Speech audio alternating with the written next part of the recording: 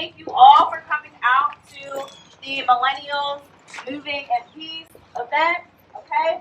I'm going to go over a couple of things with you guys just so that everybody is clear with everything. All right, so the first thing we're going to do is give a welcome and introduction. Next, we're going to name some people who we have lost over the years due to police brutality. We'll have a moment of silence for those lost. And then after that, we will go into all Black Lives Matter, okay? Because that's important for people to understand. It's not just Black men that matter. Black women matter. Black LGBTQ plus people matter, okay? All Black Lives Matter. Then after that, we are going to define what an ally is. Because unfortunately, there are a lot of people who come out to these events and they are not genuine. They are not allies. They're out here messing stuff up, and we're getting the blame for it, all right? After that, we are going to talk about our experiences with racism. And so I'm going to speak, and then,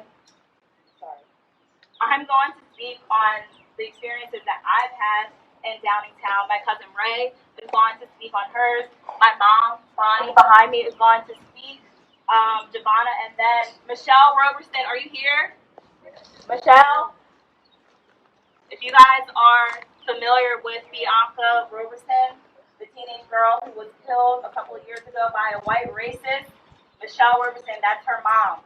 And she is going to speak about the injustice that she has encountered. All right? So then after that, we will open the floor for a couple of other Black stories only. All right? After, we will do a demonstration. We've all seen at this point how George Floyd was killed, right? He was on the ground, he had his hands behind his back, and he had that man's knee. I'm not even going to call him an officer. I don't even want to call him a man. That thing had his knee in his neck for 8 minutes and 46 seconds until he died. So we are going to get on the ground. If you have a blanket or a beach towel, great. If you don't, then you don't have to get on the ground, but we really appreciate it if you did.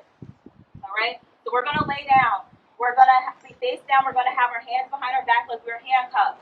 All right? We'll do that for 8 minutes and 46 seconds. All right? After that, right after that, we are going to march from here to Borough Hall and the police station.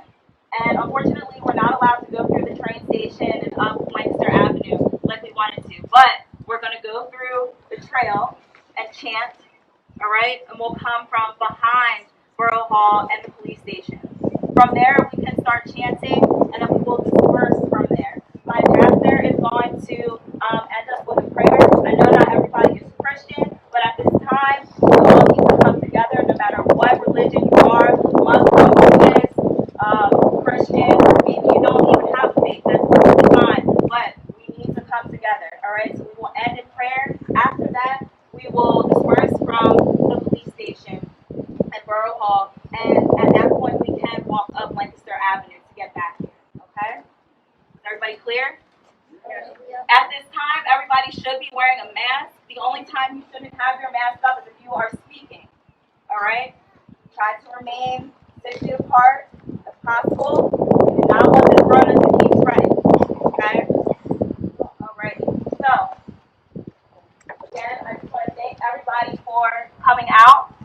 And the purpose for this protest is for, obviously, George Floyd, and also for all of the other Black lives that have been taken, okay? George Floyd is not the only Black man who has been taken. Unfortunately, we've all been in the house due to the coronavirus, and we've seen this. We've seen him be killed on television, and this has, I think, it's just kind of it's blown a top off of everything. We have so much pent-up energy, okay? All Black lives matter. This is for all Black lives, okay? We're going to honor Breonna Taylor, all right? And women, and LGBTQ Black people. Not only are we going to talk about the lives that have been lost, but we're going to talk about racism that Black bodies experience in Chester County. Because a lot of people think that just because we are Black and we live in the suburbs, that we are exempt to racism, and we are not. That we are exempt to police brutality, and we are not. Okay? Just because we live out here, just because we live in Downingtown, just because we live in Westchester or Coatesville, it doesn't matter. We are still Black.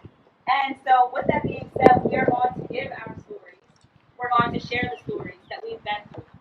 Okay? I'll share my story of racism growing up in Downingtown, lived here my entire life. Okay? That's just my story. And then everybody else will give their story. Okay? Thank you guys so much for coming out. And we're going to go ahead and get started.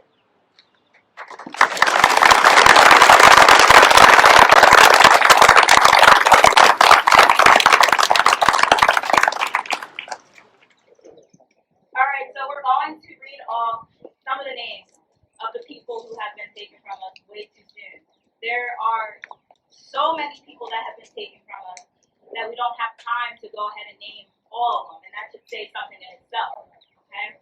But we are going to name those people. When I say one name, we want you to say their name, okay?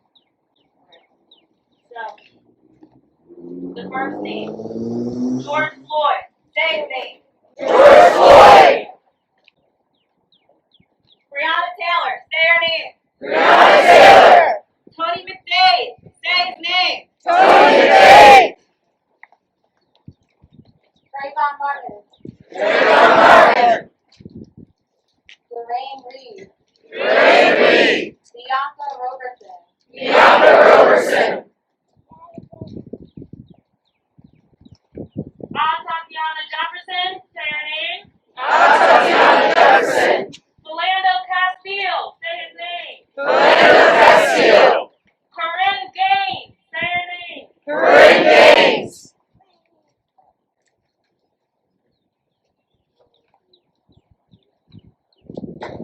Tamir Rice. Say his name.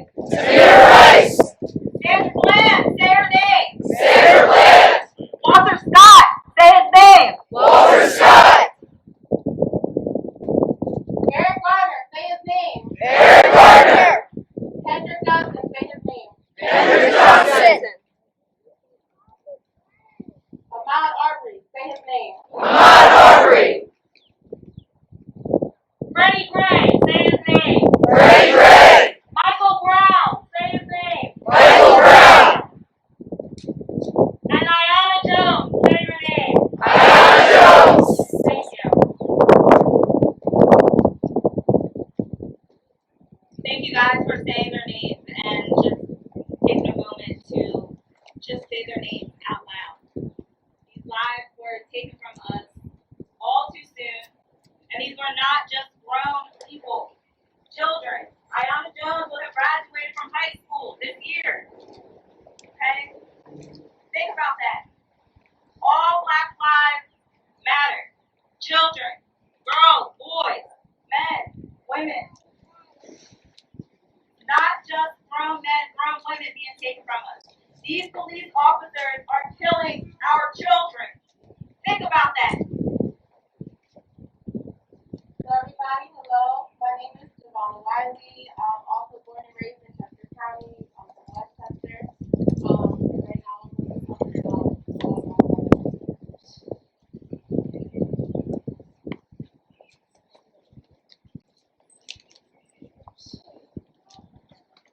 let me tell a joke really quick. Knock knock. Who's there? The police. Didn't sound like y'all found that funny. Let me tell you another joke. Roses are red, Doritos are savory. The U.S. prison system is legalized slavery. I know neither of my jokes were funny, but Black people literally use comedy and jokes to mask their pain every single day. Minority stress is a real thing. When we care about the disparities in health, the main cause of it is just the stress that comes with being a minority, the stress that comes with being Black. Due to the systemic racism and the system built on white supremacy, from cities all over America, they have food deserts, those on the front line. And is anyone sick of these masks? Most definitely. Oftentimes, Black individuals are forced to wear an invisible mask at school and in the professional field at work, and it's suffocating. And so many of us are tired of not being able to breathe. Respect to those that are with us today who allow us an intergenerational experience. Shout out to the generations that came before us, and shout out to Gen Z. Thank you for being here. To the millennials, how are you doing today?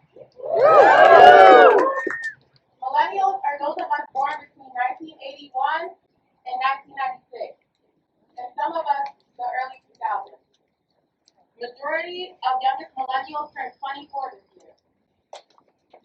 Activist Riza Islam said, every single one of us millennials is the strongest within this generation.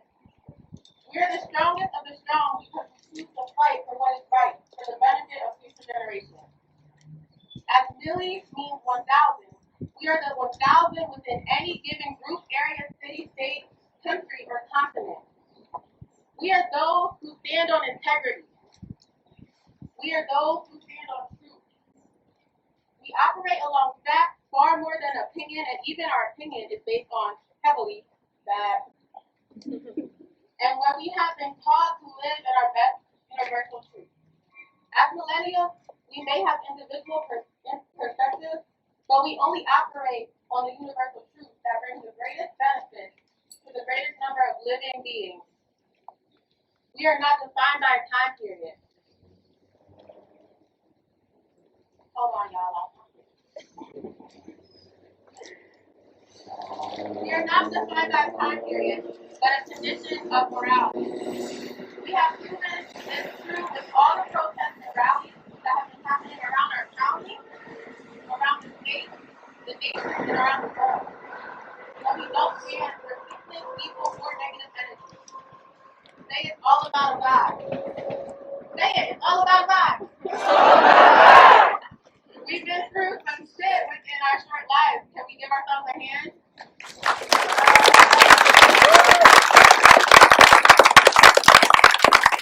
With a show of hands, how many of you here today believe in purpose? Yeah. Okay. Put your hands down, baby. I believe in you. I believe in your purpose. And I believe in your greatness. I am here to speak life. I'm here to declare unity. And I'm here to declare that Black lives matter. All Black lives matter. I'm going to go down the list. Black mental health matters. Black veterans matter. Black babies matter. Black children matter. Black youth matter. Black men matter. Black women matter. Black trans lives matter. Black fathers matter. Black mothers matter. Black grandparents matter. Black families matter. Black homeless matter. Black LGBTQA matters. Black people living with chronic disease matters. Black health matters.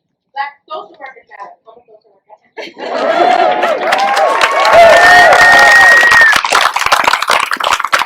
Black health workers matter. The CNAs, the LPNs, the RNs, and the doctors. Black writers matter. Black school dropouts matter. Black nerds matter. Black foster children matter. Those who are Black and incarcerated matter. Black returning citizens matter. Black immigrants and migrants matter. Black biracial lives matter. Yes. Black Latinos matter. Black Africans matter. Black indigenous matter. Black entrepreneurship matter. Yes. Black people of all religions or the lack thereof matter. Black people of all socioeconomic statuses matter. Black people in all regions matter.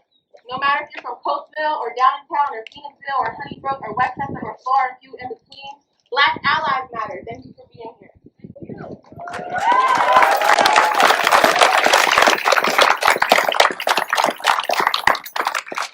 Your Black ass matters. Black lives matter and all Black lives matter. Being pro-Black doesn't mean anti-white. And as I listed all those different groups, although we all experience racism and different forms of discrimination, everyone may benefit from privilege in some way. And it's up to us to use our pain and our privilege to propel our purpose and elevate the human race. And today our focus is on the Black race. We can't pray and love and live in hate, and still think that we are worshiping our high power and walking in our purpose. Please repeat after me. I agree on my purpose. I agree on my purpose. To be intentional. To be intentional. About enhancing the human race. About enhancing the human race. I know that to enhance the human race. I know that to enhance the human race. I must love and care for. I must love and care for All of the human race. all of the human race. Including the black race. Including the black race. Today and moving forward. Today and moving forward, Walk in my truth. I will walk in my truth. I will walk in universal truth. I will walk in universal truth. Speak out against injustices. And I will speak out against injustices. Because we are all brothers and sisters. Because we are all brothers and sisters. And we have been chosen to be better. And we have been chosen to be better. I'm Devon, thank you.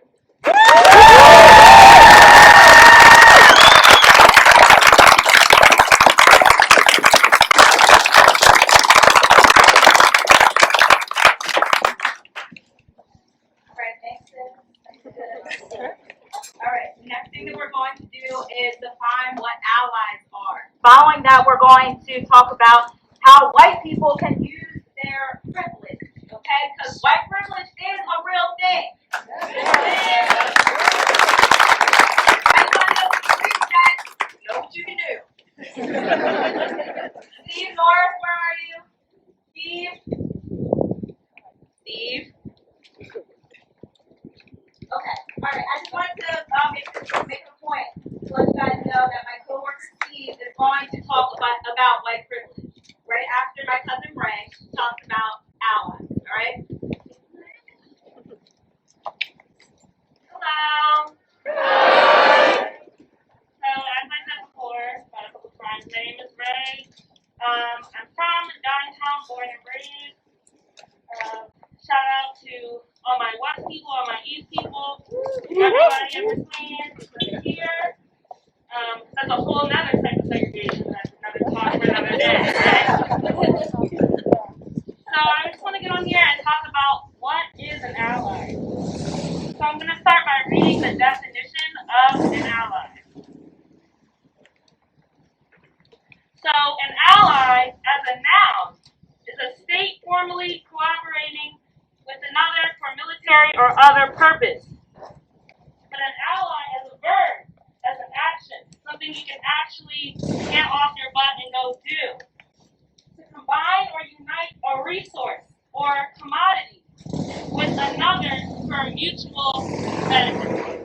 So, I just want to start by saying I truly think everybody that's coming out and that's speaking out, it's honestly been far too long. That is really, really refreshing for me personally to see a lot of people who I went to school with, who I played on the playground with, who I then went to West High School with, people that I met at games, people that I know from around here. I know I'm not only speaking for myself when I say that as a black woman growing up in Downingtown, it has been very emotional for me just realizing all the people that smiled in my face, that brought me over to their family's house, that I thought were actually my friends. People that I thought, when they saw me, only saw commonality, only saw the things we had common, the things that we liked, the places we like to go, the education, certain classes that we took in school that we took together. And to see some of those people and the true nature of their ways, by the way that they have continuously ignored and downright rejected the fact that black people, specifically in America, have been targeted since the very beginning of this country. It was very sad to me. It took a lot for me to get over the fact. But on the other hand, I am tremendously overwhelmed with love and gratefulness for all the people, many of which I see here today, who I went to school with, who know me. You're standing here today and you're speaking up. And I want to let you know that through this whole entire movement, clarity is in the air.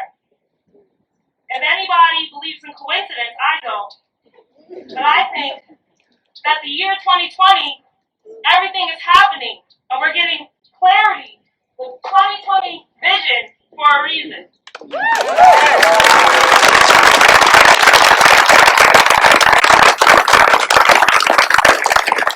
to let you know that this is only the start of something much bigger, much greater than us.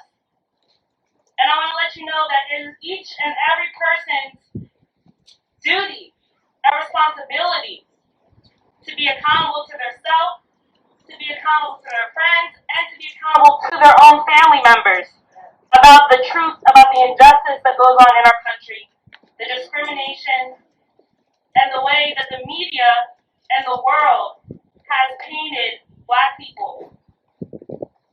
And so, I just want to read a little bit of something that I wrote. Where's that from?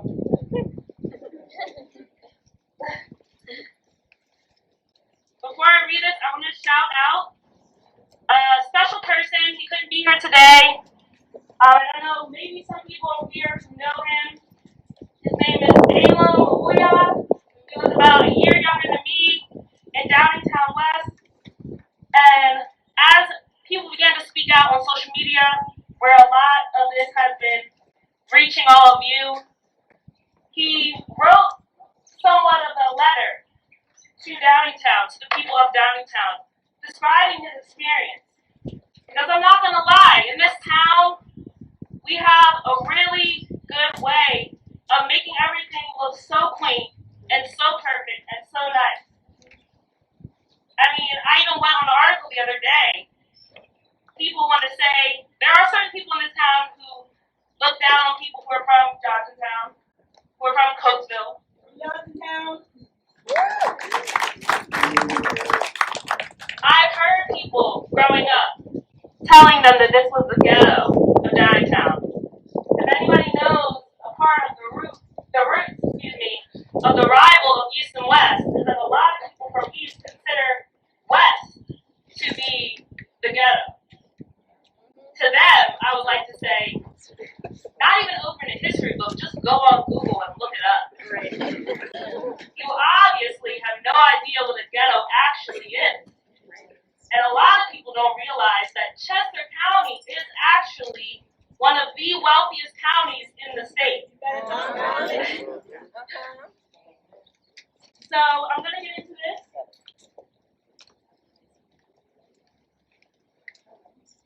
So I just want to let you guys know, as we're about to bring up our guy Steve to talk about white privilege, to just keep in mind that every person living here, we have a duty to share our story.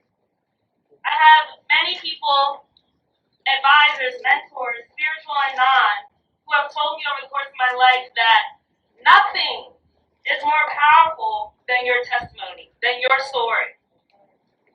Because people are not looking to get connected to something that they can't relate to. And so it is our duty to continue to speak up, to continue to speak out, to not only let our white allies and non-POC know, but also other people, other Black people within the community know that they're not alone in experiencing the overt and covert racism that goes on in the town. So I thank you guys so much for coming.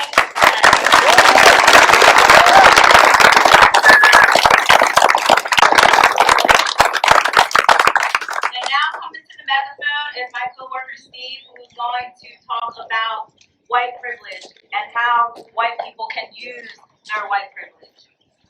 Good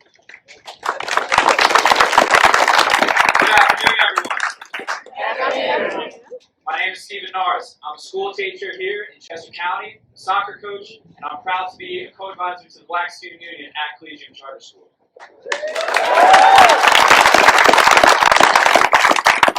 I am a beneficiary of the system that has built me up, built people like me up, and allowed me to benefit at the detriment of others. And we have not had this conversation. We have not had it for a long time because it's easy to ignore. And that's part of the privilege that we benefit and enjoy. But our silence is damning, and we'll be damned if we allow the status quo to stay the same.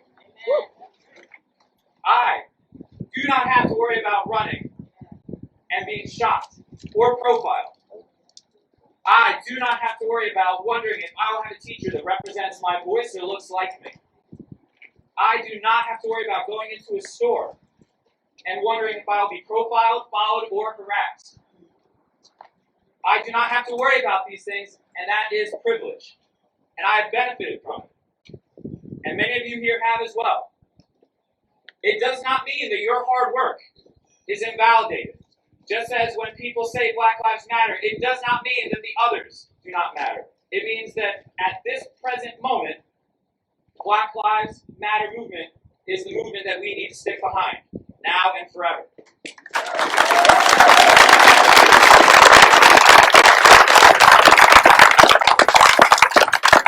can put the black boxes on Instagram, but that is not enough.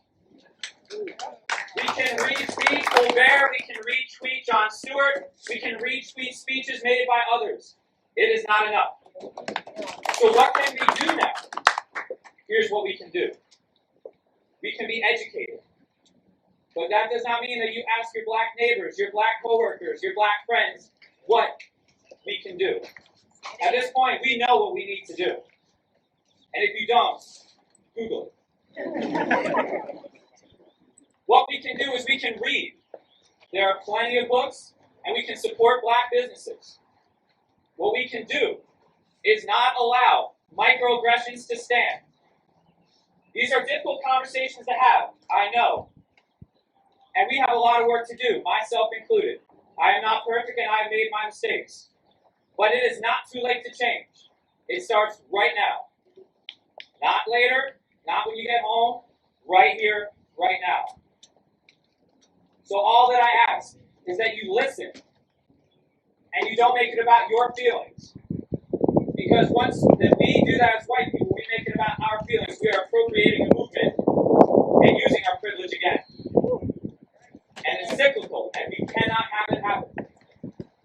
I cannot thank you guys enough for listening, and most importantly, now it is time to listen again. We cannot allow this system to continue, and we cannot weaponize our privilege against black people and people of color in this community and all communities around this nation and the world. Thank you very much.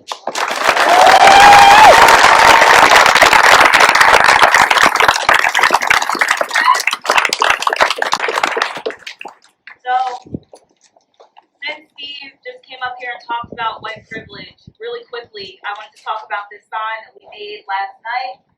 Cancel Karen and that. Do you guys know what that means? Yes. Cancel Karen, cancel Becky, Carol, whoever the heck else. Okay? Now, I understand there's a lot of people named Karen. There's a lot of people named Carol. There's a lot of people named Becky. My biracial great-grandmother's name was Becky. That's not what I'm talking about. You guys know what I'm talking about. Yep. When that man in Central Park was demonized by that white woman, that's what we call a Karen. That's what we call a Karen. When that happened, when I was scrolling on social media, I noticed that a lot of white people were more concerned of the well-being of the dog. Of the dog. Think about that. I'm a dog lover. That's my dog Zoe, right there. He believes in Black Lives Matter.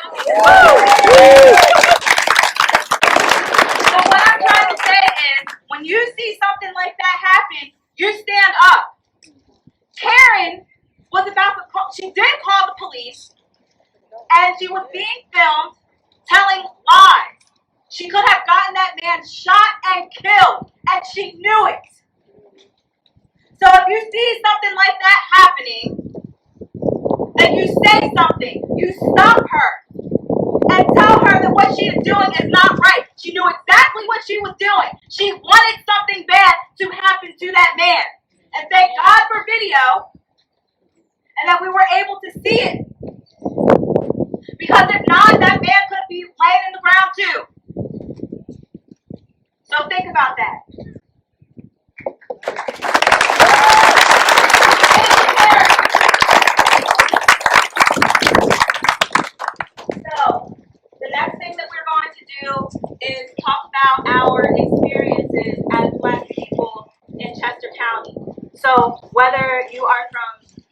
Downingtown, Westchester, or Coatesville. That's what we're going to do right now.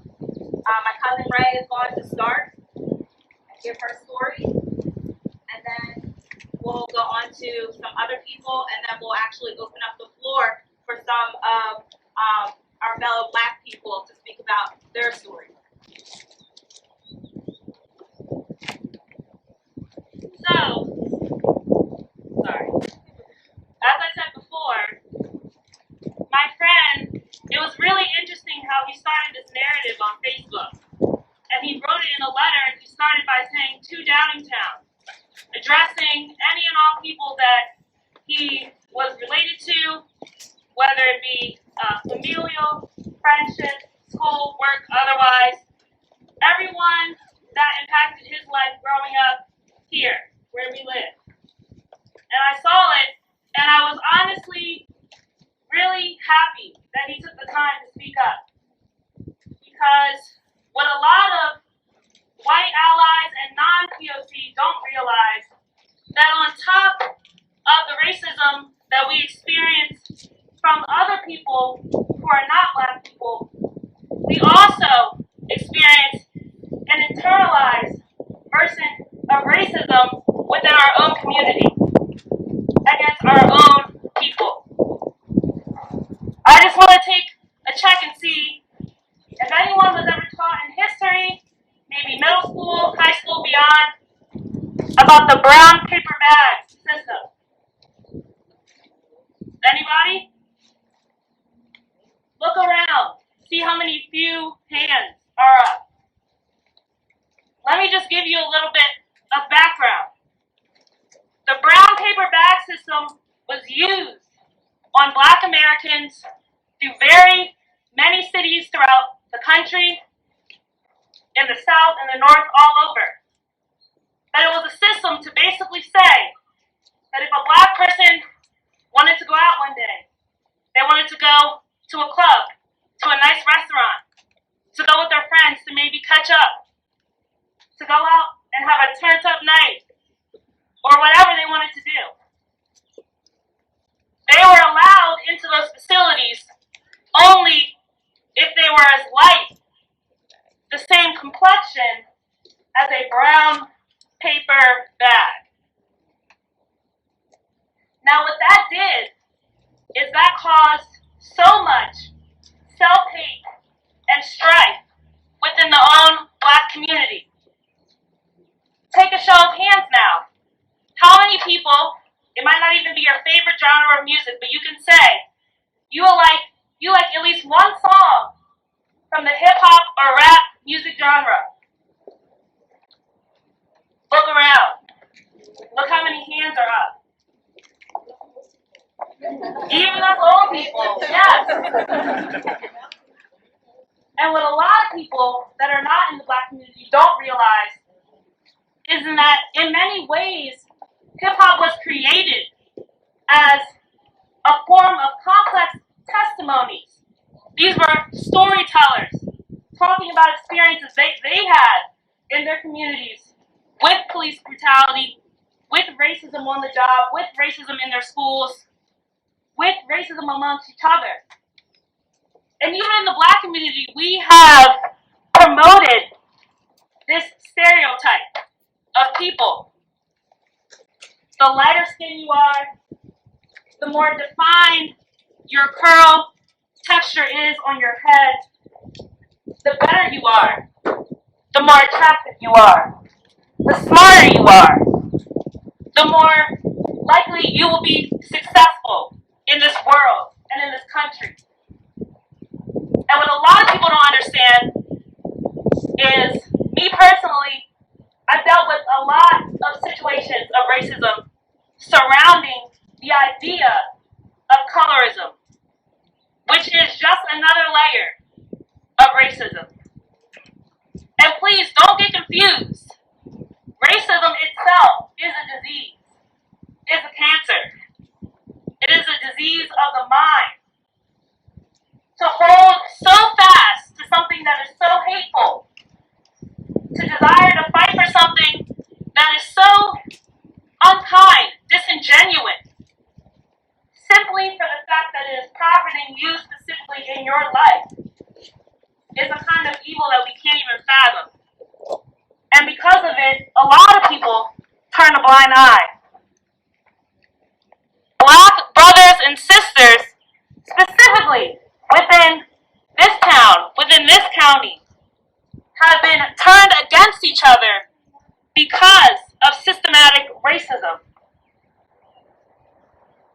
A lot of people cannot fathom the idea of going to a school where people will likely befriend you, but when a lot of life events happen, such as prom, homecoming, different things like that we've all experienced growing up in Downingtown. Prom is a huge thing. Prom proposals all over social media. People go all out, right? Now imagine already being ostracized from that to an extent because you are black. Think about that for a second. Now take a step further. Imagine you are a person within the black community. And imagine being ostracized to a second degree because you are not light enough to be asked to prom. You are not mixed enough. You are not foreign enough to be included in social situations. A house divided cannot stand. And what racism has done, it has not only divided us as people, but it has actually divided people within the black community. We don't look to each other when people are picking on us, telling us that we're not good enough because of our skin, making jokes about us. So I just want to read a little excerpt that I wrote in the narrative to Downingtown. This was an eye-opening one to write. You have taught me so much living here. To the teachers who didn't mind me raising my hand in elementary to answer questions, even though there were clearly other students who wanted to get involved. Thank you for not silencing me. To Mrs. Stevenson, any Beaver Creek kids. My first black teacher, black woman, skin like mine, hair like mine, looks like me, who in the 5th grade came on the blacktop with us black girls at recess and taught us how to play double dutch. Thank you for telling me that I was beautiful, that my skin was beautiful. It mattered then and it still matters now. It was the first reinforcement outside of my home, and it was important. To the Mrs. Threadgills, thank you for encouraging me to read, even though all I wanted to was Captain Underpants and Spiderweb. You, a black woman, supported the young creative in me that has made me who I am now. Artist, painter, writer, poet. Hey! Or should we snap? To the friends that made up dances with me during recess. For a young black girl, it helped me to feel appreciated, knowing that our interests could hold us together even when our skin was dividing us. And to the few but close, genuine white friends. Racism didn't feel so close to home when we were at your parents' house or at a mountain house. When you brought me to your family, I saw commonality, and somehow the racism felt a little more distant. Me, that young black girl, I got my start in life looking different, but actually not really feeling so much different. But that changed. Because see, like every other black girl, like every other black man, black boy in this world, once you grow up from a young black girl to a grown black woman, reality stops you. Reality tells you that it isn't all nice as it seems. Reality tells you that one day, those people that you hung out with for 10 or plus years, they're going to stop texting you back.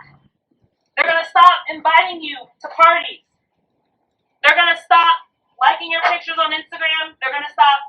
hi to you in passing in the hallway. And you have to understand that for some of them, they know exactly what they're doing. It is their chance to walk in their privilege. We're no longer little children holding hand in hand, and they take full advantage of that. For some of them, that's something that's really in their heart to do. And for others, sadly, it's not necessarily because they didn't like you or didn't appreciate you, but it's because the social hierarchy that is within our town, Country. world. World.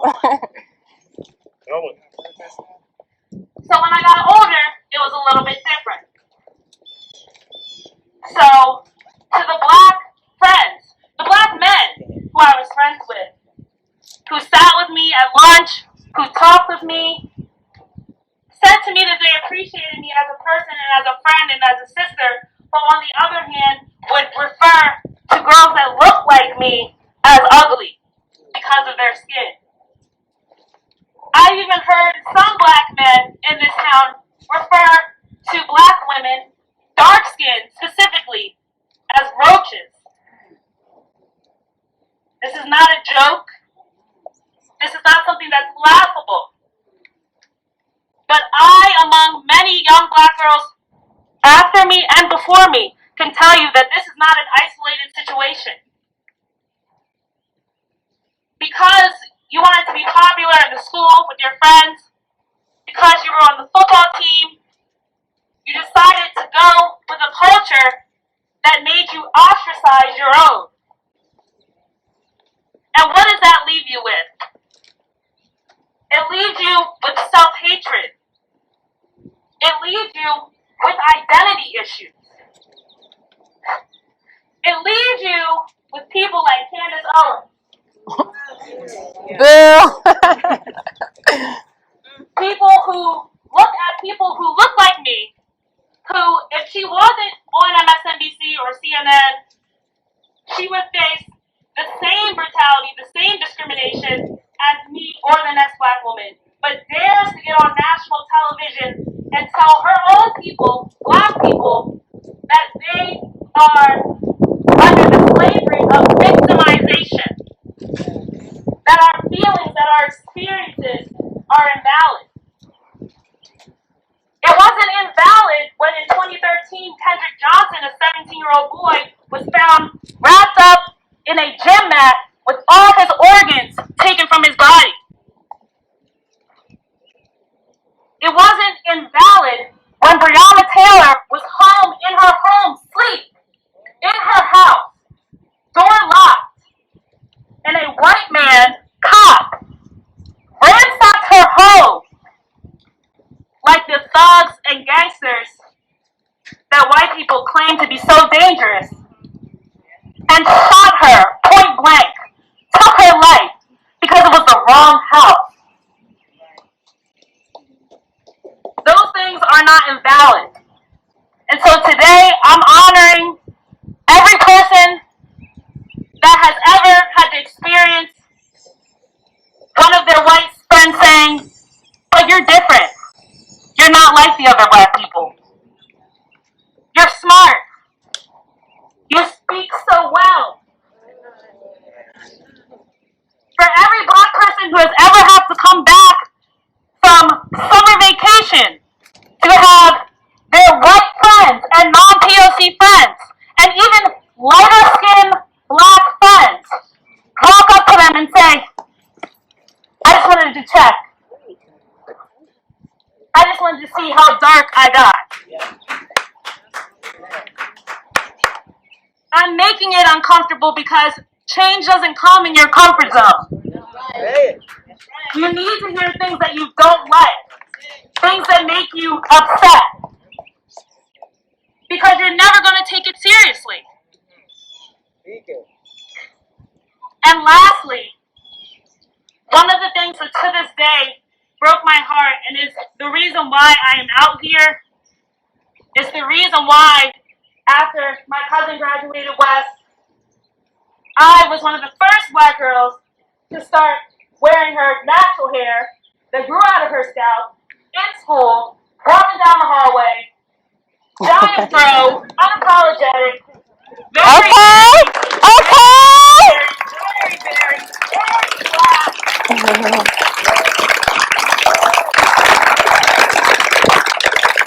She's a girl who, when I was a senior, I saw this girl, young black girl, coming to school every day with an orange tint of makeup on her face. Just because she wanted to be a lighter shade.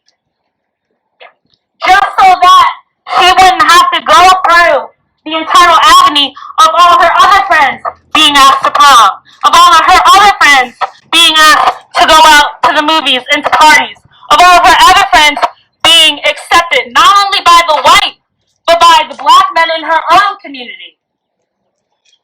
I'm speaking to that girl because I realized I was not the only person that was that girl. It was her, and I'm pretty sure if I were to go to West or East today, or anyway, in Chester County High School, there are still black girls who go through the same thing today. We cannot be for the community, for the black community, and then against our brothers and sisters. So I'm just going to say it outright. You cannot be pro-black if you are anti-black woman, anti-dark-skinned woman. This has nothing to do with interracial relationships. You can be in love with whoever you want. I can be in love with a Chinese man and not have to mention how much I hate black men in the same sentence. Do you understand? Heard you.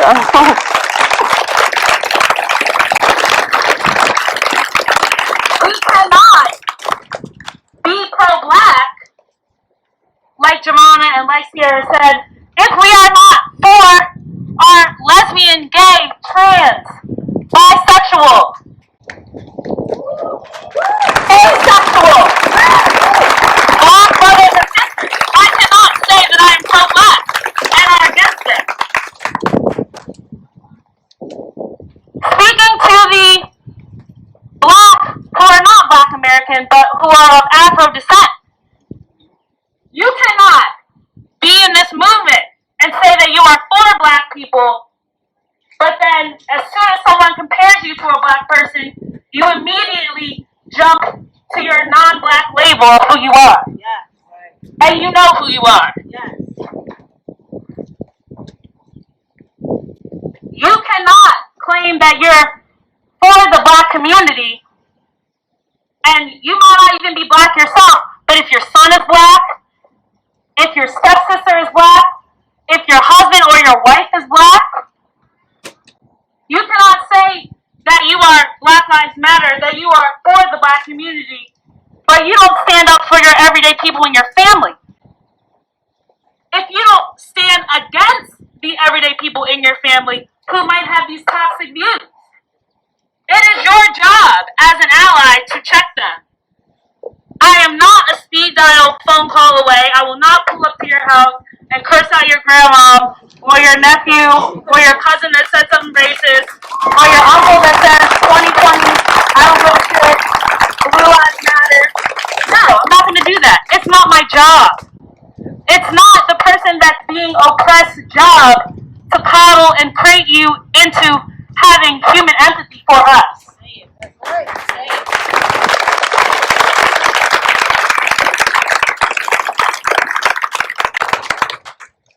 And lastly, I just want to say, for every black girl that is out there, I don't care what shade, I don't care what hair texture, I don't care where you're from, you are absolutely, positively, undeniably gorgeous. Gorgeous.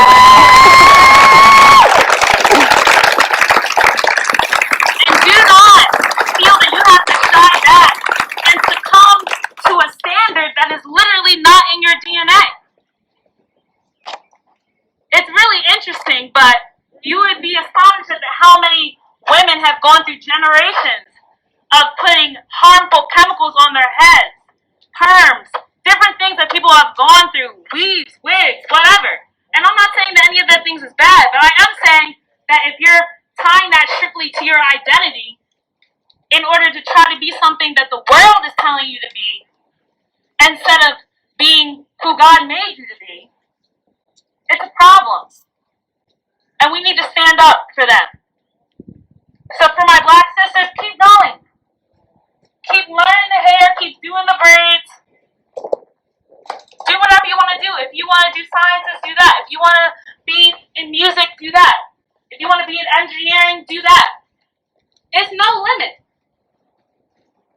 And I've even experienced, even in the workforce, for the people who won't just not hire you because of your skin color, when it comes down to it, if you have the credential, and they're in a pinch, and they need that dollar, honey, and you got it, that's all you. You need to walk in that. And same for my black brothers.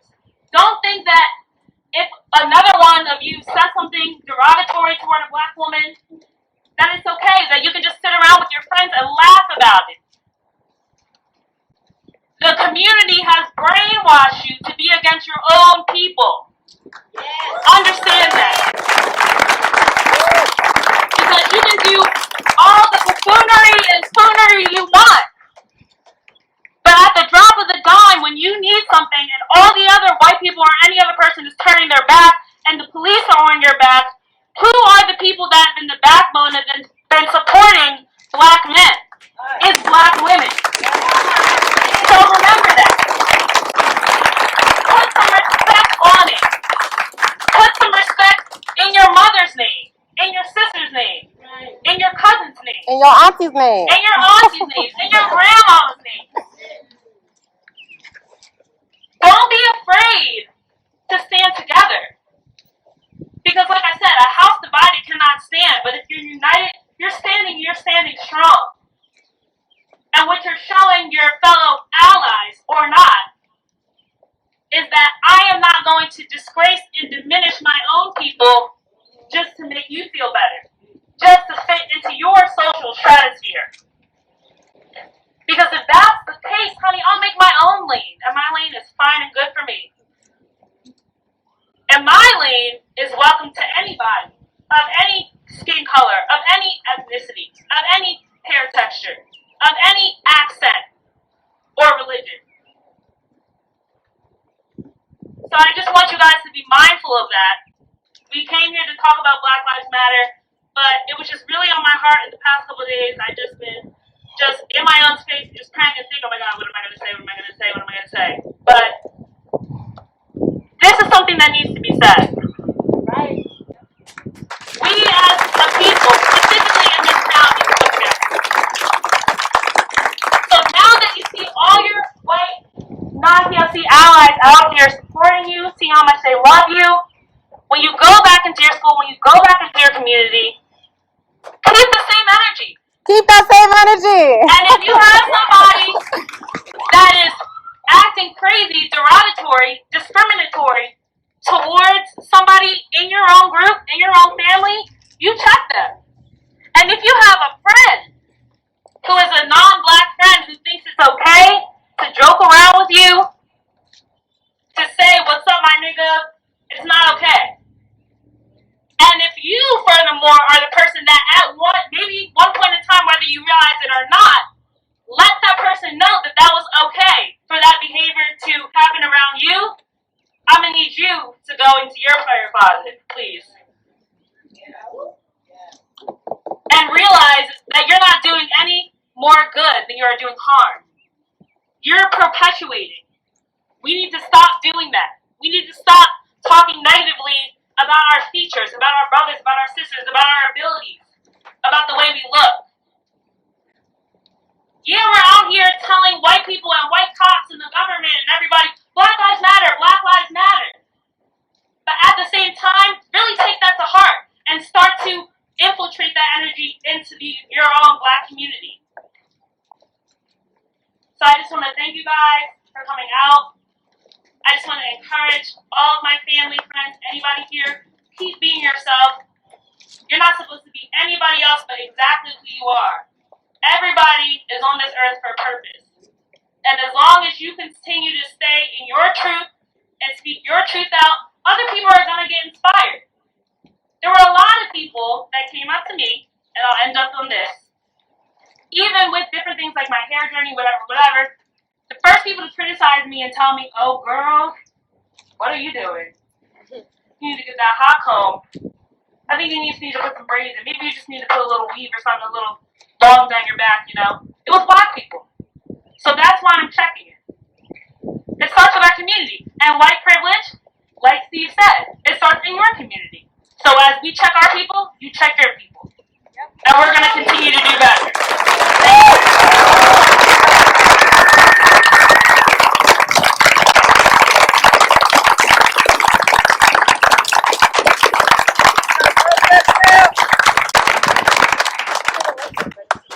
Thank you, Ray. All right. So, as you guys heard, Ray's story was very, very deep, and I hope it touched you in some way, and that you leave here, that you leave here with something new. So now it's time for me to tell my story, and I brought up this cooler because I need to sit down when I tell you this story. I gotta have a seat. I need to take several seats. Okay?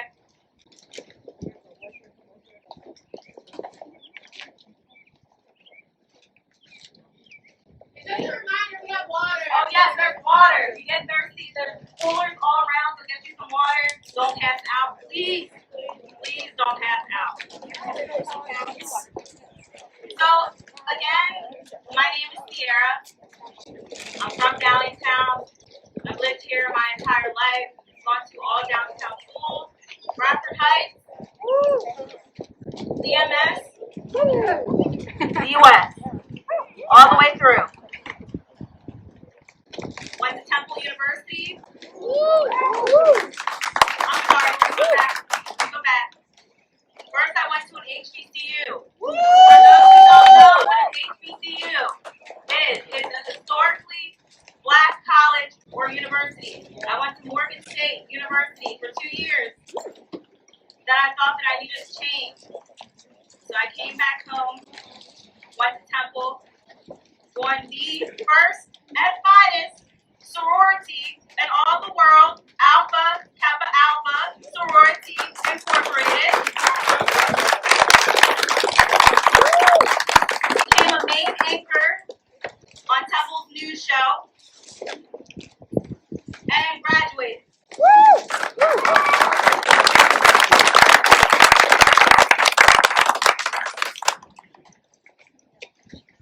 So I'm going to get into my story.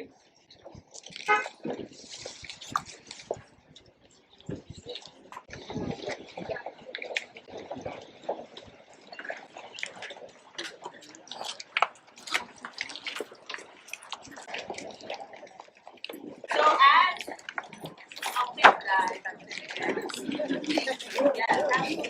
have a seat because this is the story.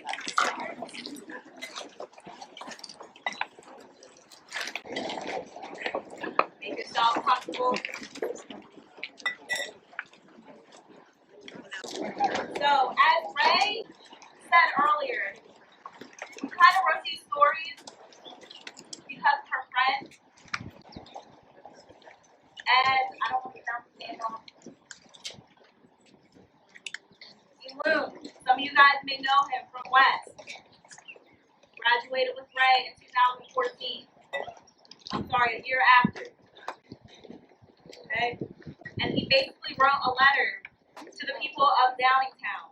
And earlier we were talking about racism and how black people that live in the suburbs, just because we live in the suburbs, in a nice quote-unquote area, does not mean that we do not experience racism on a daily basis, or that we might not be pulled over by the police. I've been pulled over by the police one time. I'm 5'1½", and I was scared for my life.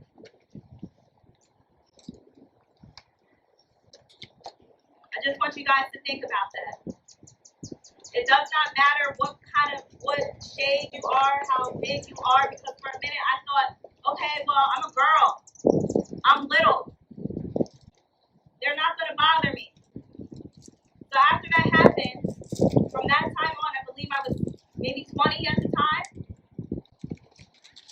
scared to drive past the police. Even though I've never had any bad encounters with the Downingtown police. Ever. Except for the time they pulled me over for a traffic ticket. But even though it was just a traffic stop, it scared me. And I have to live with that every day. If I see the police driving by, I'm in my car, my music might be up a little bit too loud, and those who know me know that I love my loud music, I'm turning it down. If I'm going a little bit too fast, I'm going 27 to 25, I'm going to slow down and go maybe 20 miles per hour.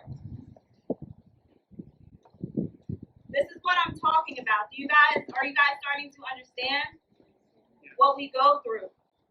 This isn't a joke. All right. So this is called To Downingtown. Where do I even begin? To the white kid who called me a chocolate drop in first grade. That was my first encounter with racism. I couldn't have been older than 6 or 7 years old. To the second grade teacher, that wasn't even my teacher, put her hands on me more than once. To whoever decided that I should be in the lowest level math class in 3rd grade. I excelled tremendously in that class and was put in the correct class the following year. To the 3rd grade teacher who asked me if my long 2-strand twists were extensions. To the same teacher who demonized me for slapping the shit out of a white girl for making fun of my hair. I had had enough, and I was only 9. To the white and black kids that tried to make me feel bad about being a darker complected black girl. I'm going to tell you right now, I'm beautiful.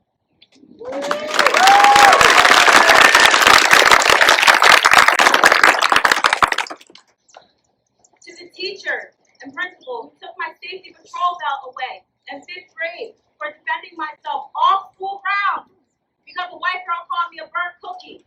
With all due respect, fuck you. To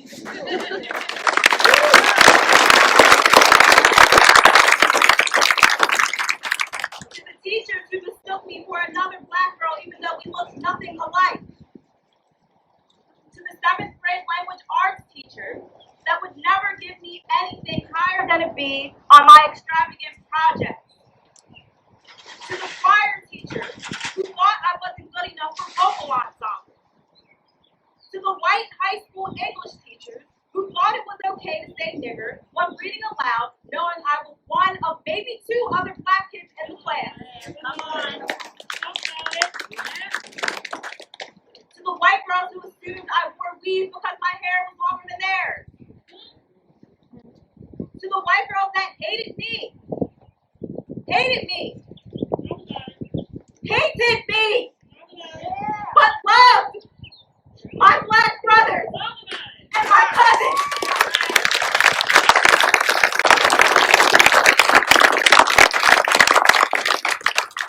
To the white girl who tried to date my cousin, knowing damn well that her dad was a fucking racist. To the white girl who thought I was going to beat them up for whatever asinine reason of theirs. To the white girl who I thought was my best friend at the time, made fun of my nose and told me that her uncle, who was a cop, didn't like black men. To the white boy I dated in high school, who told me after we graduated that he didn't like black men based off of stereotypes.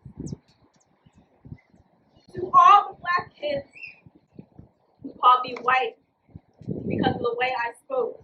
To the black boys who didn't find me desirable because I was black. And to the Asian girl that thought it would be funny to say, Sierra, I can barely see you when the lights were turned off in the classroom.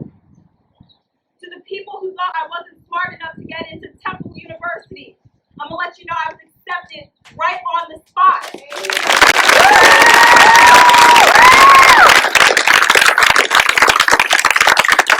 To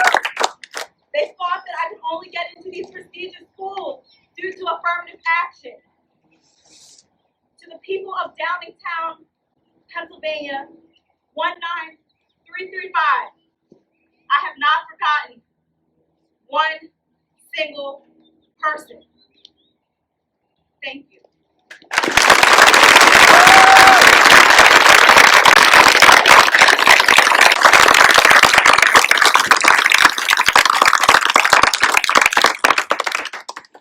Sorry, I didn't mean to get all emotional, but this is emotional. This is trauma. It is trauma that people have tried to tell me and my black cousin, to forget. Oh, it's a preference. And that shouldn't be an issue. It's a non-issue. Fuck that.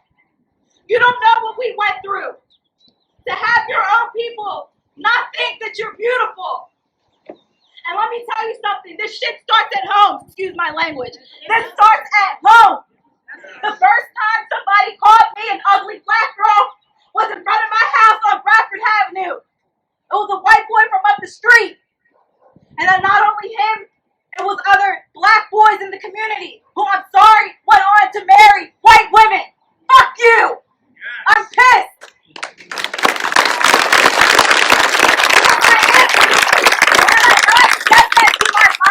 Had I not said something to my mom that people were making fun of the complexion of my skin, and they not started telling me that I was motherfucking beautiful, I still believe today that I was not beautiful. And I don't care what any of you guys think. I'm beautiful. My cousin Ray is beautiful. My mom is beautiful. Ivana is beautiful. Every black girl is beautiful.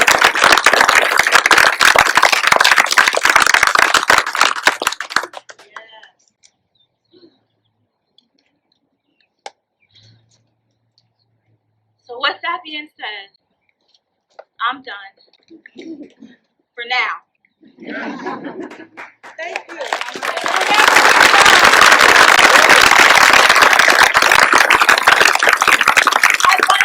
You mentioned self-hate earlier.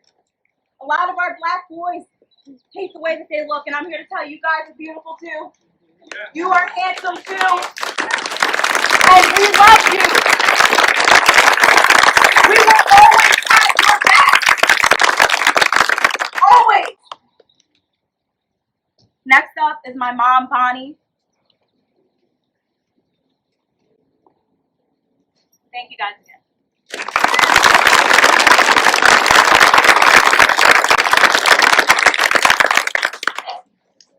I don't know how to work this thing. I'm old. I'm Generation X. Good afternoon, everyone. When my daughter Sierra asked me to speak, I was a bit hesitant at first. I thought about what I would say to you, or even if I was comfortable talking about the experiences I have had with racism. I'm not going to go into detail because to share everything I have gone through would really take up the rest of the time that we have today. But I will say that I have been wrongly treated by some hospitals within the greater Philadelphia area that almost cost me my life on multiple occasions. And because of this mistreatment and blatant racism that was written about me in my own medical records, that caused me to be in a legal battle for the past 10 years. I'm not going to go into specifics because of the ongoing fight for my justice. However, just know that my black life did not matter to those hospitals. But my black life does matter.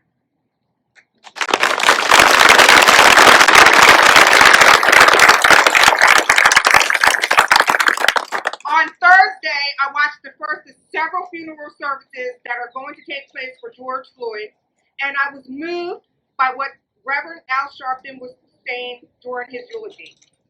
And I'm glad that I recorded the services, or I would not be able to give you a piece of what was said on that day. I know I will not be able to speak like Rev Sharpton, but here it goes. And he said, ever since 401 years ago, the reason we could never be who we wanted and dreamed of being is because you kept your knee on our neck. Yes. We were smarter than the underfunded schools you put us in. But you had your knee on our neck. Yes. We could run corporations and not hustle in the street. But you had your knee on our neck.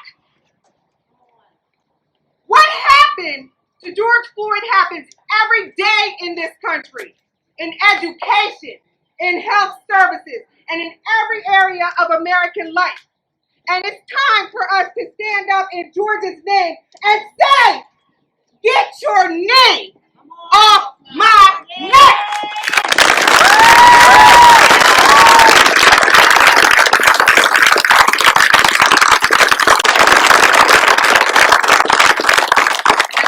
This is my part that I'm about to say right now. Just know that my daughter's life matters. Get your knee off her neck. My son's life matters. Get your knee off his neck. My life matters. Get your knee off my neck. Black lives matter. Get your knee off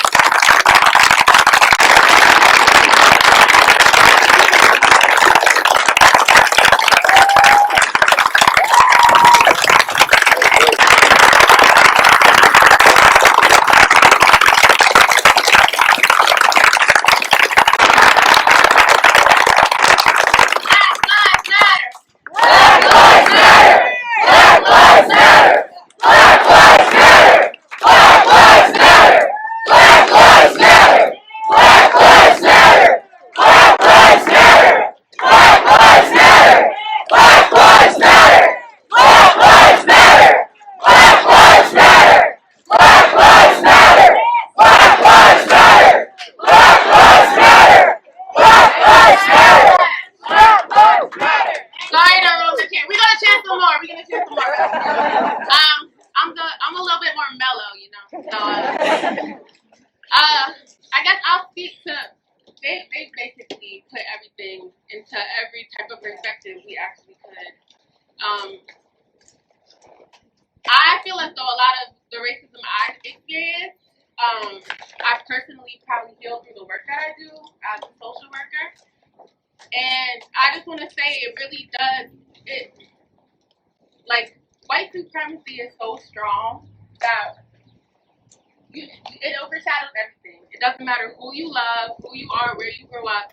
You see it all the time. Just a month ago, my 4-year-old niece, her mom texted me and said, Giovanna, my daughter was watching a television show and she looked at me and said she wants to be white. She said, Mommy, I want to be white. And so it's not even in, you know, it is in our manner and our demeanor, but it's in the simplest things of not seeing leaders that look like you, not seeing teachers that look like you, not seeing Disney characters that look like you, not seeing yourself on the television, not seeing positive images of yourself on the television. Like, that is how deep it is. And in agreement with what Sierra said, like, if her family wasn't promoting blackness and telling her that she's beautiful, she would probably have a lot of self-hate.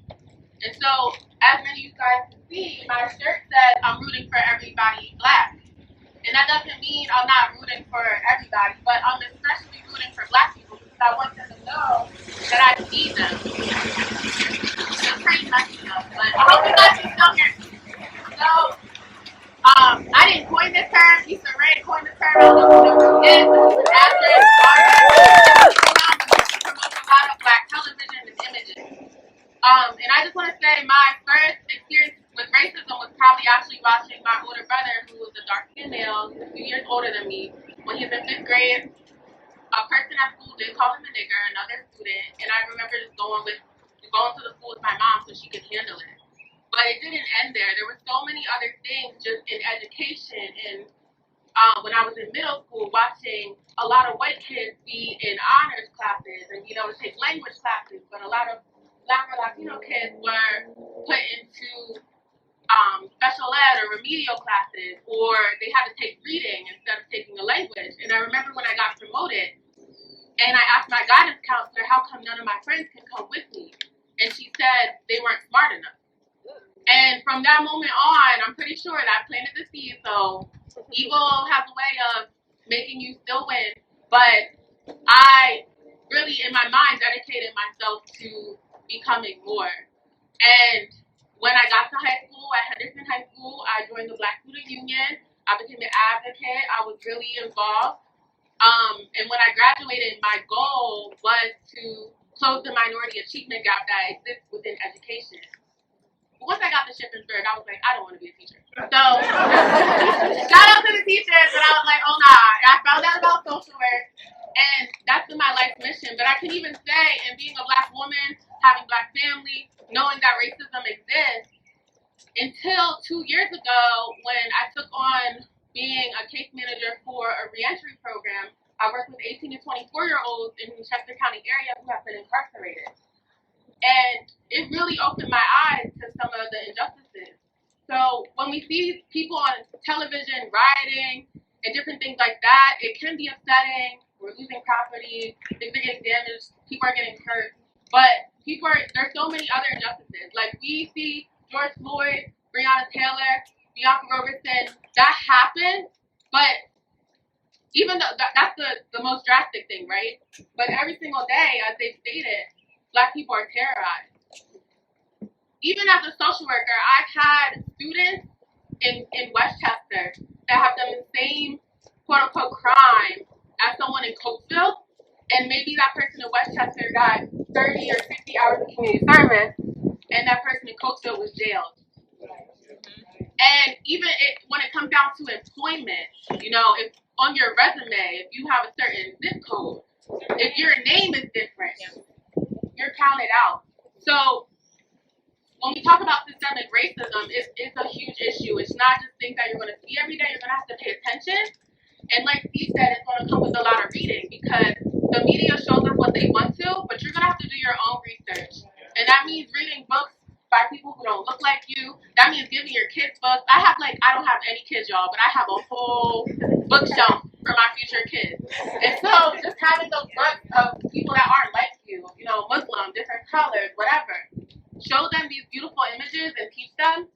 And it will even teach you. Read a children's book. You'll be like, oh, shoot. You will learn something. And that's kind of what I want to promote. I definitely have my own experiences, and they've been very traumatic. But like I said, being a social worker and being able to give back has healed me a lot. And it heals me every day. My heart is broken every day for the things that I see because it's not over. I'm actually so happy that everyone is awake right now. I don't care about who was woke before. I'm happy we're all awake now. Because there would be times I would drive home from work and I couldn't understand how everyone was so happy. I'm joyful, but I was like, why are they so happy? Like, if they really knew what life was like every day for some people, you wouldn't be so happy. So I just thank you guys all for being here, and I encourage you to please continue to do the work. And think of your friends that'll pull up for you. I don't know if you guys seen that Rihanna video when she said, you got friends that like you, make sure they pull up. Sierra is a friend that pulls up. And I want to shout out a friend that I have. I won't say her name, but she actually is a white woman, and she brought to me the idea of protesting. And I was like, I don't know if I want to do that. Like, that's not my lane. Like, I'm an ambivert, but I'm very introverted. So I was like, protesting isn't my thing. I show up to meetings. I cut people out professionally all the time. And I was like, I don't really know all the time. I'm not pushing the room that no one in here, but they want to hear it. And I wasn't really comfortable. But as soon as I texted Sierra and said, yo, let's do this, she was like, okay. Like, she texted me back in, like, less than 30 seconds, I think. And I was like, oh, okay, I didn't even have to convince her. And so just being able to work with her and Ray and throw this whole thing together has been awesome. And I'm so excited that you guys are here. And I just pray that we can all continue to do the work, all continue to heal, and all continue to have those different little conversations. Thanks so much.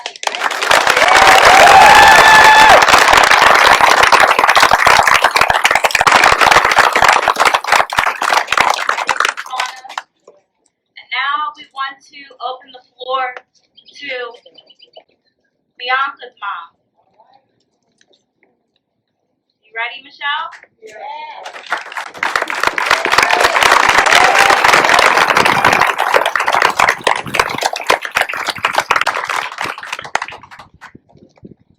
I'm black and I'm proud.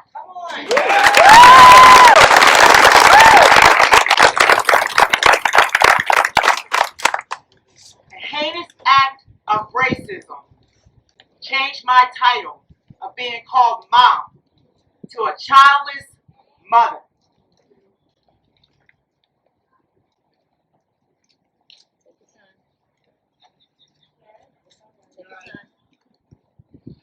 A white racist shot my 18-year-old daughter, who on this day, 3 years ago, graduated, walked down the aisle at Ruston Senior High School in Westchester. And as someone mentioned earlier, just because we live in the suburbs doesn't make us any safer. That was naive of me. I grew up on the main line. I grew up in Berwyn and Devon. I went to a predominantly white school, Trinidad Easttown School District. My graduation class was probably 400 students and there was 20 blacks. But I still, being so naive, didn't see racism. My daughter graduated. She was so happy. She was my last child to walk down that aisle to get her diploma. After 12 years, working hard, got a scholarship to Jacksonville University. I wear this shirt today, but I'm not a Jacksonville University mom. I'm a mom of 2 deceased children. One, because a white racist didn't like the color of my daughter's skin. I am a black mother. I bore a black son and a black daughter. And what gave this white racist the right to think it was okay to put a bullet to the back of her head for her family to have to find her, see her in her car with brain matter all on the back of her floor bed in her car, 18 years old. But I'm going to make you feel uncomfortable. Are you guys ready to feel uncomfortable? Because I'm not the one to make you feel comfortable, because nobody made me feel comfortable after they shot my daughter in the back of the head. Our infamous Tom Hogan, Chester County DA, decides that he wants to label this what he wants it to be. So that's why when you hear all the names of the black ones that have been shot due to racism, you hardly hear Bianca Roberson. And that's because Bianca Roberson was labeled as road rage. Well, racism causes road rage. Yes.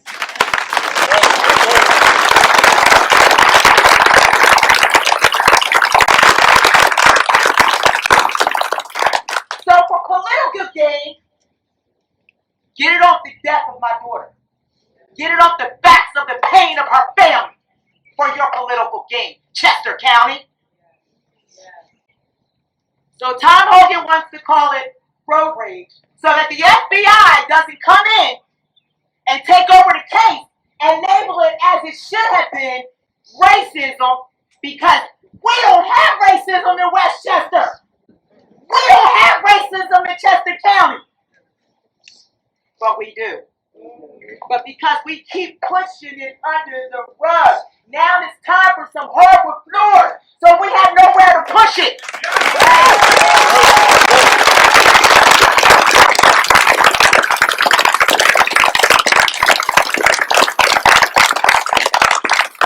They call me an angry black woman.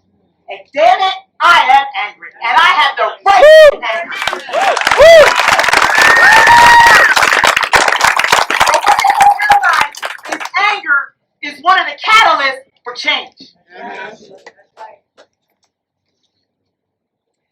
My womb may be closed, but my mouth is open. So the justice system in Chester County, their beautiful courthouse, better get ready. Because I'm going to tell my truth. They're not going to tell my story anymore. Unfortunately, and I even hate to mention his name, Javis, I think is his name. But unfortunately, We have somebody behind us who is talking that all lives matter stuff. All human lives matter. well, today, our lives matter. After 400 years, our lives matter. My daughter's dead because you thought that our life didn't matter. So you want to talk about it? You come up here to me and tell me how much your life matters. My child is dead because you thought her life didn't matter. Now, what none of this? So, yeah, say it while you're in your moving vehicle. That's why you feel privileged. Again, white privilege in America.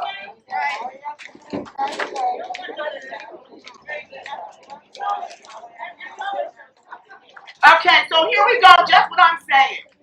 You know, they want a rhythm, but you don't want a blues. I'm going to say it again. You want a rhythm, but you don't want a blues.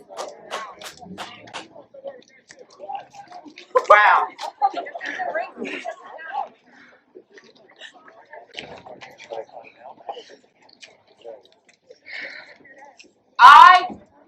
Again, like I said, I am putting Johnsontown on blast. You will hear more of me from Tom Hogan.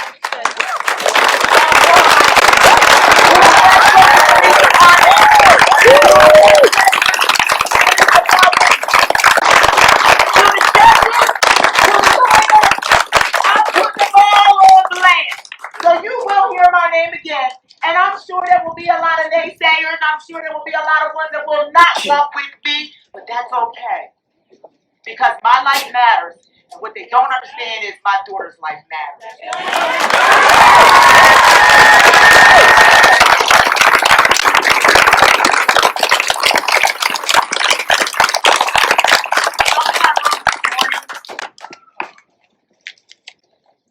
I dare you. Ask yourself, when did my baby become a threat to you? When she cried?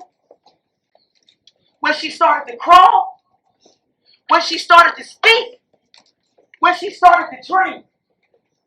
When she laughed for joy? I dare you. Ask yourself, when did she become a threat? When she learned to read? When she graduated from high school? When she was accepted to college? I dare you. Ask yourself, when did our babies become a threat to you? When they wore baggy jeans? When they wore hoodies? Yes. When they started to drive a car? When they went for a run? When they walked into the store with a $20 bill? When they fought for our country? When they earned their degree? I dare you. Ask yourself, when did I become a threat to you? When the dictation of my speech was not like yours? When did I become a threat to you? When I protest the injustice of the cage you built? Or is it when I say, I can't breathe? So when did my baby become a threat to you? When she was born? We got to do better. We got to do better.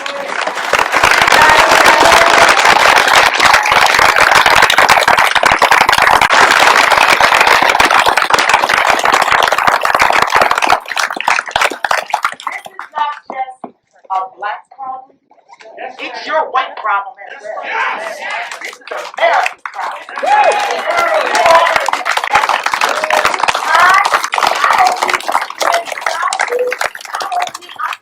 problem. I don't need you to clap for me. What I need you to do is go out in your community and tell your racist white friends, enough is enough. I can stand by myself. because I'm black and I'm proud. But what I need to do is stop fighting with you.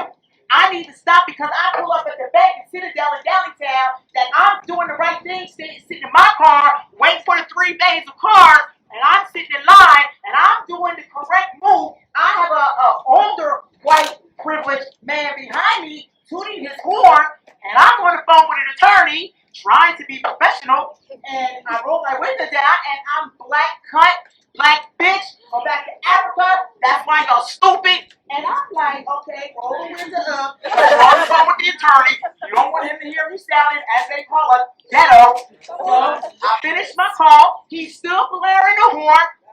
Okay, mind you, my daughter was killed, shot in the head, while driving on Route 100 at 65 miles an hour. Here, I totally forgot, because I don't care anymore. Slow motion, took my seatbelt off, stepped out my vehicle, and I slowly approached him. Get out your car. You got so much mouth behind the houses, behind the job, behind the car, behind the president. When you give the white folks the right to just go out here and kill us, it killed the black person season. I'm not putting up with it anymore. I was silent. My voice has been stifled for 3 years. Chester County promised us, be quiet. Don't put out there to the media that it was hate crime, that it was racism, and we promise you, I don't know shit about the justice system. So I'm doing what they tell me to do. I said nothing. We're going to get first degree murder. My God. White privileges are liars.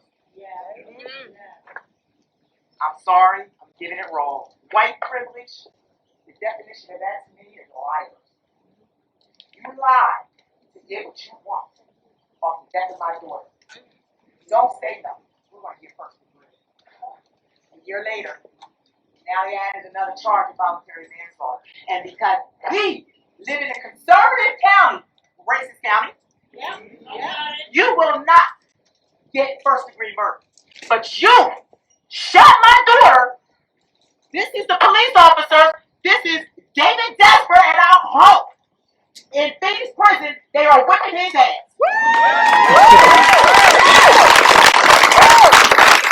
But as David Desper flees away from shooting Bianca Roberson in the back of her head, he bypasses the cops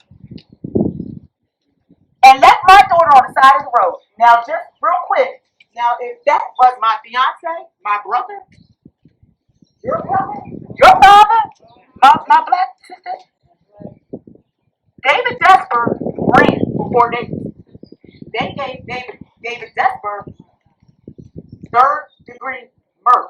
Now, if it was my fiance or my brother, they would have charged him for killing her. A blonde hair, blue-eyed, white girl.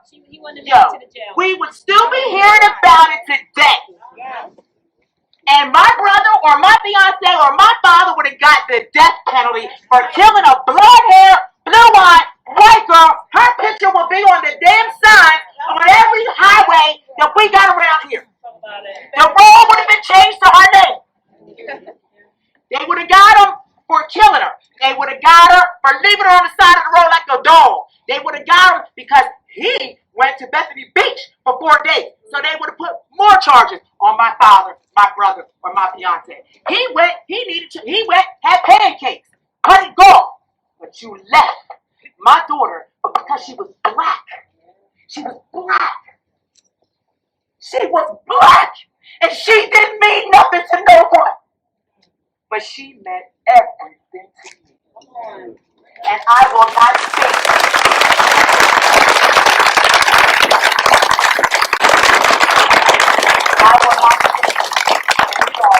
I will not shut up any longer. If it takes a bullet to my head because of my mouth, I have nothing to lose. But I'm going to speak because I want to save all my brothers and sisters out here. We got to stop. Because if we were going around doing the shit that y'all do to us, man, There would be World War III, 4, 5, 6. So we're here today. We're here today. I say there is a shift in action. Yes, it is. Come on. So what I'm saying is, you're here today, be here every day. Be present. But what I don't want you to do is, hi, oh my God, here, let me open the door for you. Oh, you can go in. No, don't fake the game. Be real. There's a difference between a move and a movement. Come on. We need a movement.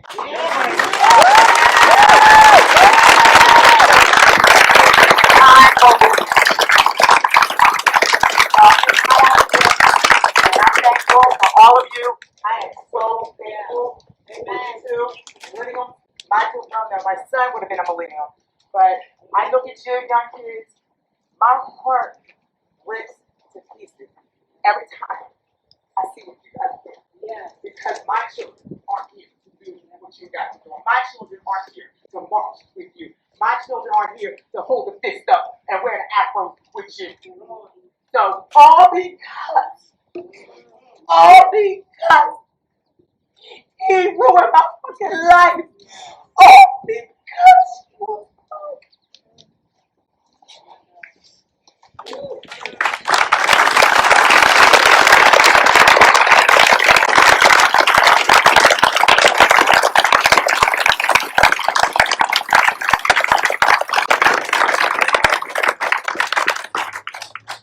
Thank you, Michelle, for that.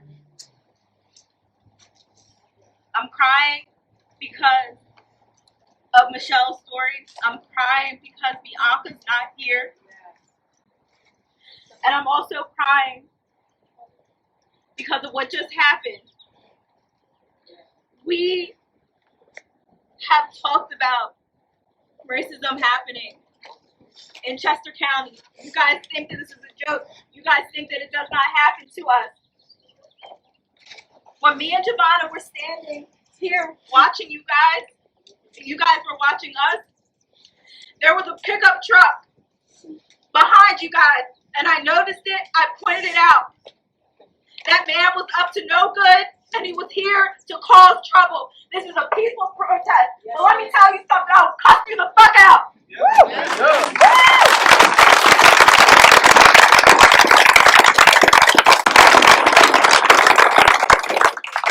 When me and Giovanna confronted that man, we asked him, are you here for the event?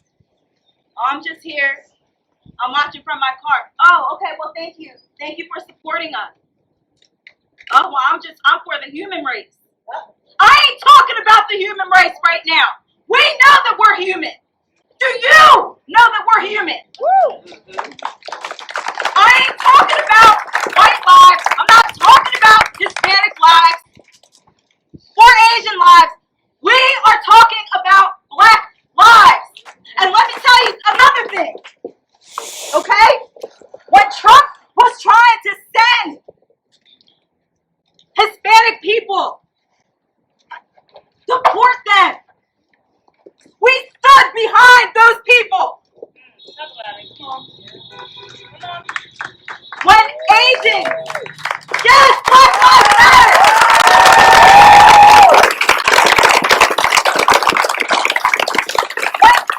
When white people started calling the coronavirus the Wuhan virus or the Chinese virus, we stood behind that. Black people always stand behind other people of color and the threat.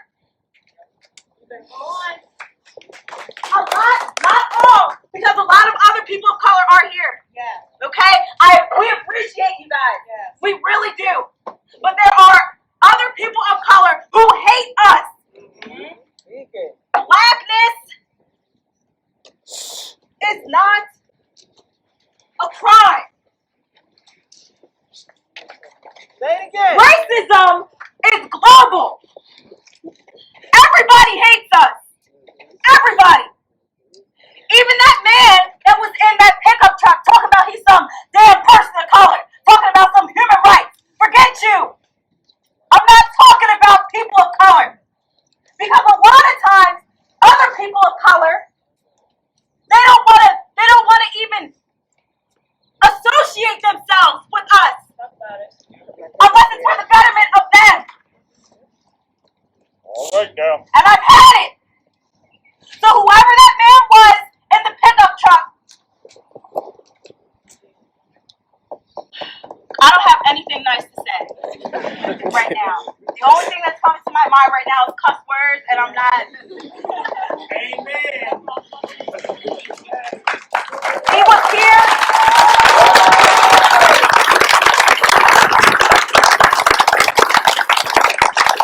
That man was here to start trouble. I took a video of him.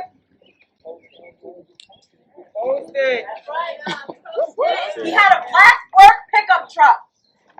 I am scared to death of pickup trucks with white men in them. So am I. Flags off the back of the talking about the damn truck.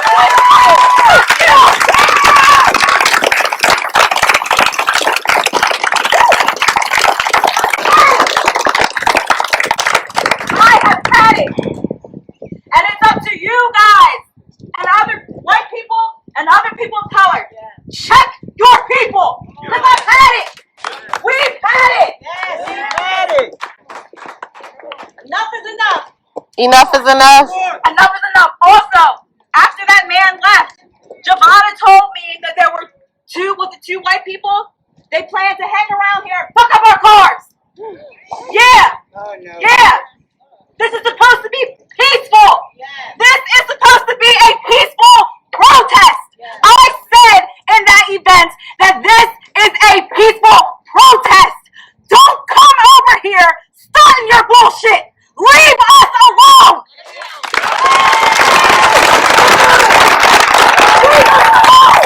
You are here to help us. But you are not here for black people. You are not here for black lives. Get out! Leave! Leave! And Michelle, I'm so sorry for interrupting you when that happened. We have had it. Time is up. You better leave us alone. Leave us alone. Time to fight back. Say it again. Time to fight It's back. time to fight back. Yes.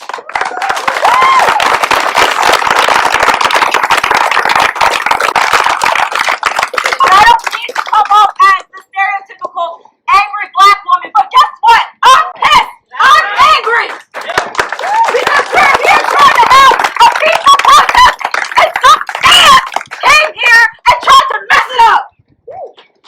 I'm for the human race. That's right. I'm for the human race. Whoa. This ain't an all lives matter rally. You want to have that? Then you start it yourself. We ain't having that.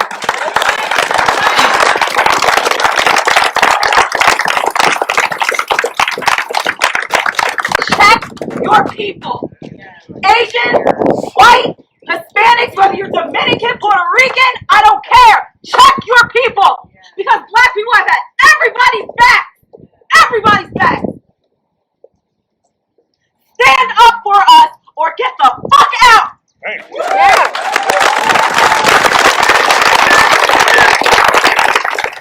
Everything took a shift that same afternoon, and we had only lived there a day, when the neighbors next to them, who was a white family, came to our house and mentioned that the neighbors were leaving. And I said, yeah, of course, the father-in-law passed away. And they said, well, we've had problems with them ever since, long before you got here, and we want you to sign a petition saying that they should be fined. Now, they were the only ones who had brown skin other than us on the street. And I knew what that meant. That meant that they were putting us on notice. And in that moment, I was like, oh, you can leave and you can take your petition. At that moment, I realized what I needed to do for my daughter. I had to show her what it meant to be black, to be strong, to be informed, to use my voice to counter negativity and violence. And I did that. And so we chose Collegium Charter School, not because Exton Elementary wasn't a decent school, but because I was not going to allow my brown daughter to integrate a majority white school in Chester County. I wanted her to see reflections of herself. I wanted her to recognize the beauty of her melanin. the power in her curly hair. And I don't think that white families understand the thought, the gravity of the kinds of thoughts that go through our minds when we're thinking about the protection of our children. My younger daughter is 11, and she is here. And when the protesters just came to say all lives matter, she burst into tears. Her innocence has been robbed. She thought she could come here today and unite with others who believe what she does. She's hurting. George Floyd was gunned, was shot, was killed with a neck on his back. And she's thinking, you know what? This is the time when I'm going to see people in my neighborhood unite, in my area unite. And she saw somebody come in ready to do damage, ready to upend everything that we're here to stand up against. We really need to think about our children, what we're modeling for them. Someone earlier said everything starts at home. It absolutely does. And we need to start having the difficult conversations. We need to be calling everybody out on their crap. Black people, white people, yellow people, Asian people, everybody has been complicit in the racism of black people in this world. And it is a time out. We are not standing for it anymore. My college issued a statement, and it sent me over the edge. The statement was way too late, and it was ingenuous because it was not linked to action. So I don't care who says they stand for me. I don't care how many people say Black Lives Matter. If I don't see attendant action, you are just part of the peanut gallery. Thank you. You want to Thank you. You want to make a difference? You need to stand up. You need to make sure that our children understand that they are valued. And I think it was someone else earlier said, don't just hold the door. Don't do the polite, what I call it, the polite white gray. We don't need that. It's not helpful. Make a difference at the polls. Vote. Call a thing a thing. When you see somebody say something racist at the Thanksgiving table, you see somebody do something untoward to a black person in Giant, speak out. Yes. Call a thing a thing. We need allies. We need power and we need support. Thank you.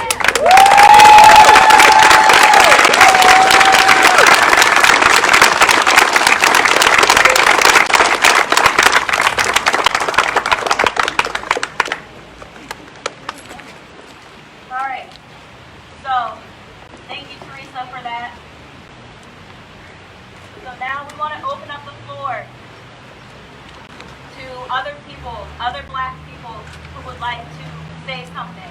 Me. I know somebody earlier had already said something to me about the things I'm going to make for the Mexican first. We don't have time for everybody, so if you can kind of keep your story short. I know we talked a lot.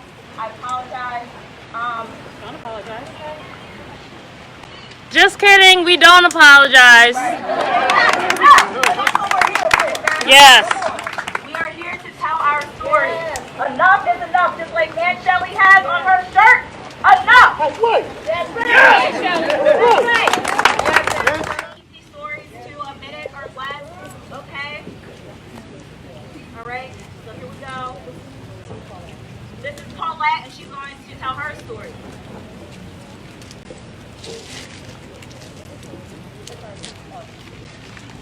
Good afternoon, everyone. It's so good to see everyone here today. We were out here yesterday, and it might have been about 30 of us, okay? But guess what? We still marched over to the police station, okay? And we were still, just Black Lives Do Matter. And I'm here standing before you because I'm a baby boomer, okay? I've been there, okay? I've been there. I've been that many of us here. And I'm going to tell you, because I'm alive, I'm still here, okay? And I just want to tell people that, just like the young ladies were telling their stories about being black in the grade schools and stuff like that. When it's time, all they want to do was teach about slavery and this and that, and you got one or two black kids in the class, and everybody's standing there. We're sitting there with arms. You had to have your arms a certain way on your desk, and you had to put your head down because you were ashamed because they made you feel that way. Okay? But like I'm telling you today, I just want to thank each and every last one of you, the young ladies that put this together. Those that I'm going to tell you, okay, I stand here as a child of the Most High God, okay? And I don't know, but I'm going to tell you what, God has to be in this thing because I'm going to tell you what, love covers a multitude of sins, okay? Let me tell you, and I know one thing that I do know, and like I tell you, like in our generation, okay, Martin Luther King walked, and I'm going to tell you what, Robertson said, I'm black and I'm proud. Okay, I am proud to be a black woman. Okay, and like everybody else said, but don't mess with me. Don't mess with my kids. Okay, and like I'm telling you, don't mess with my grandkids. Okay, because guess what? I may be in my 60s, but guess what? I will go to jail. Okay, I'm gonna tell you, I'm not afraid. I'm not afraid. Like I said, I'm not gonna hold. I'm not gonna say nothing wrong, but I'm gonna tell you, I'm gonna leave you with this. In the Bible, Matthew 7:14 or 7:12, do unto others as you have them do unto you. Amen.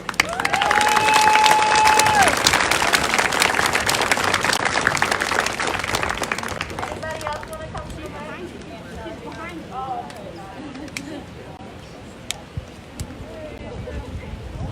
Good afternoon, everybody. I have a really quick story.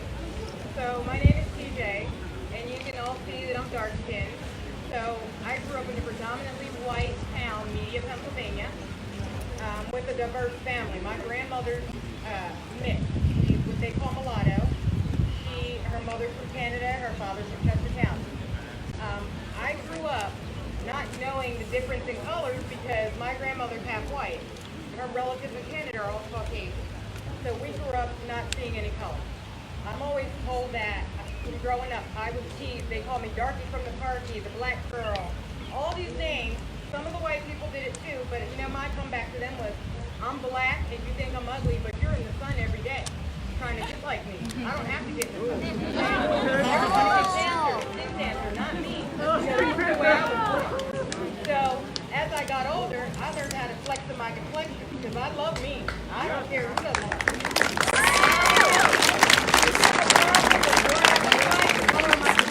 Take it up with God because guess what? He made me. Okay, so battle with him. But I just want to say this really quick. Just recently, last week on Facebook, I was tagged in a post.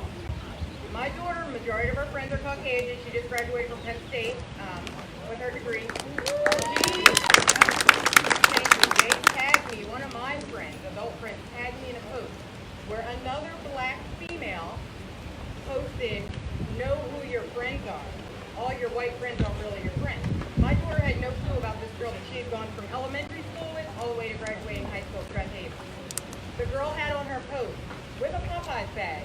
I gotta look out for my nig. I gotta go to Popeyes and get my chicken. Now, before that, this black girl went on Facebook to embarrass my daughter instead of being another sister to her and calling her or getting her inbox and saying, yo, this is what's on your page.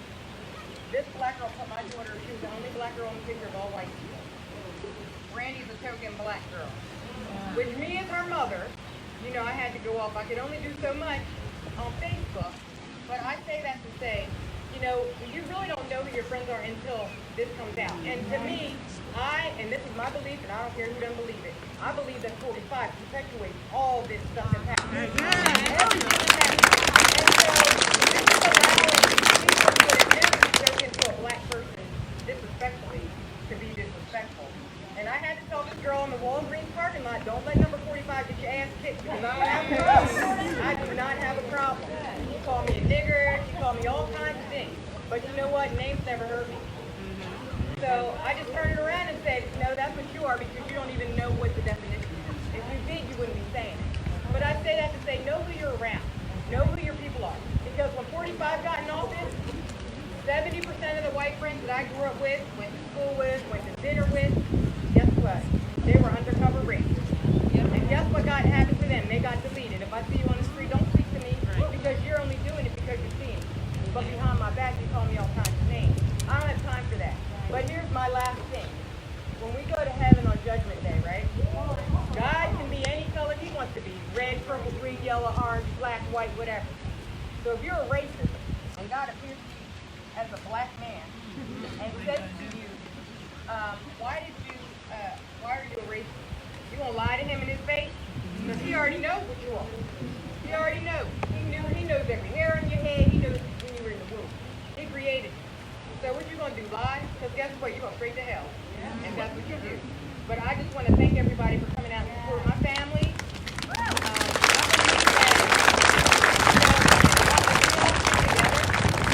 Then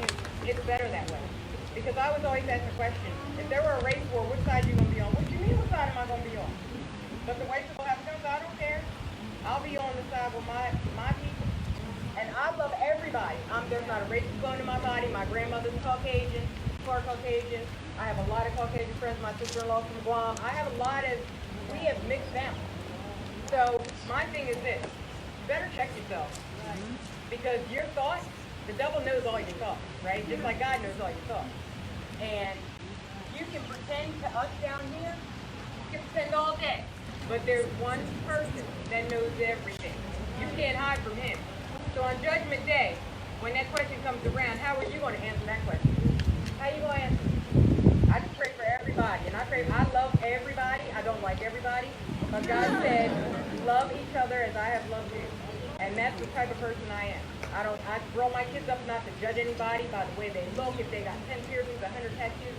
I don't care what color you are. I taught them, do not judge the book by its cover. Open up the book and read it. Yeah. Because if you open up that book, that might be the best book you ever read. And I want to close on that and just say, we're all human. We all believe red. Come on. We all believe red. And I don't understand these people who think they're superior, because they can say something in group. But I guarantee if it was one-on-one, their mouth would be like this. They would have nothing to say. But I want to bless everybody. It doesn't cost anything to be kind. It doesn't cost anything to smile. Every day I give them a random act of kindness, more than one. It doesn't cost anything to smile, but guess what? Did you know that when you frown and you're negative and nasty, that affects the inside of your body? I'm a holistic nutritionist, and I know this, and I've seen it on TV. So it's easier to smile than frown, because guess what? You attract more bees with honey than with hot sauce.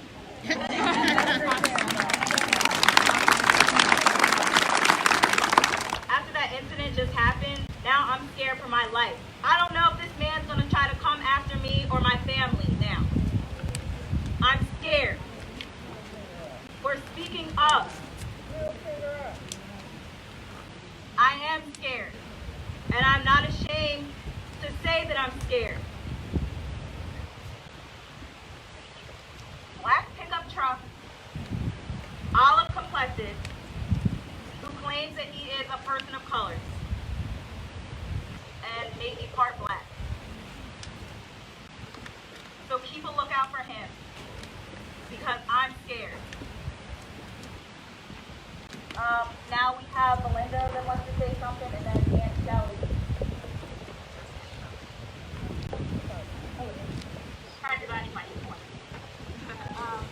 As I say, my fight changed when I became a mother. This became even more real when I myself. Can you hear me now? Yeah. Alright. So my fight changed when I became a mother. Before I just had myself, but when my daughter came into this world, and then 2 years later I had a son, I knew how real this was. Because it wasn't just about me and I was in Westchester. My kids went to the same things that the same schools I went to. They're dealing with the same things that I dealt with. My daughter, Christmas got a book bag that represented herself. A girl like her, natural hair, puffy, smiling, happy, popping bubblegum. Her classmates told her she was being racist because of her book bag. And I wanted so bad to look at that. Now that everybody's next, because that's my first reaction to everything, is anger. But instead I chose to talk to my daughter to teach her how to handle the situation. I changed myself and how I am because it was important for her to see self-representation and how beautiful she is. I used to perm my hair, to straighten my hair. When she was 2, I cut all my hair off. I grew back natural, so she could love her hair. I made sure she had black baby dolls because I wanted her to love herself, because I went through that myself. I used to tell my hair and go like this. All of that. Because I wanted to be white like my friends. She went to kindergarten. First week of school, they did all about me. In hers, at the bottom of kindergarten, right, she said that she loved the color of her skin. It reminds her of a chocolate cupcake, and she wants to take a bite of herself.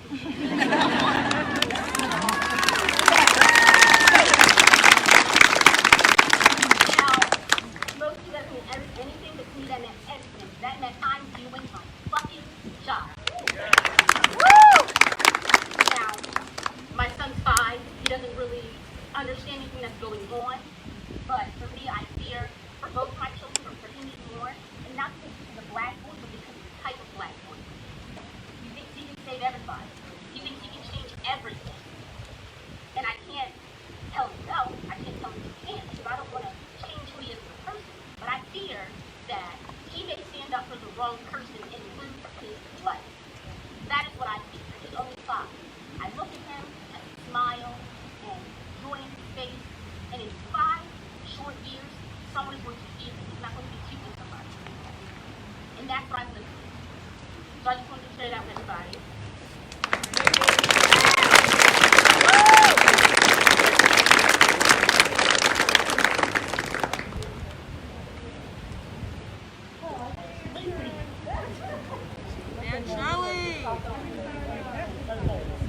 Sprinkler.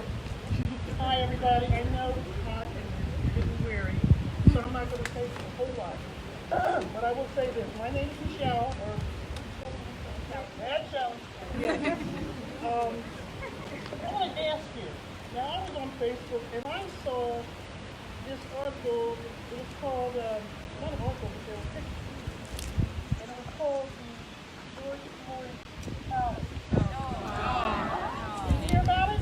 You know what? I've been on this earth a long time. I'm one of the baby boomers. Shout out to the baby boomers! And you know what that means? That means we've been through this a long time. Because nothing's changed. Nothing's changed. Just go right through. We're really confident. You're standing up here being heard. You're not sitting down just playing video games or whatever young people do. No, I'm not saying that in a mean way. I'm not saying that in a mean way. I don't have any children or grandchildren, so I don't know everything that happens. But I do know this. I know that you're standing up. And that's a good thing. This challenge, if you don't know what happens, these white boys are showing how a boy on the floor, on the ground, and someone with their knee in their neck. That's the challenge. Now, that's not sad. I'm only going to tell you what Trump said about George Floyd being down. And I'm coming to you and say,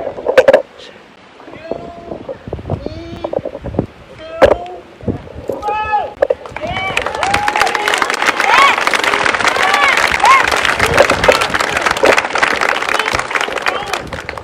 November, now we had a primary and it was low as it usually is. But you know, you have to understand the primary determines who's going to be on the ballot in November. That's right. Okay? That's what determines who you're going to vote for. Take these votes. I don't know who's a Trump fan, who's a Trump supporter. I don't care. But I do know this. If you're not, you need to get out there and vote. Bring it on home. Okay? If you are of age, if you're not registered, register. If you're not, okay?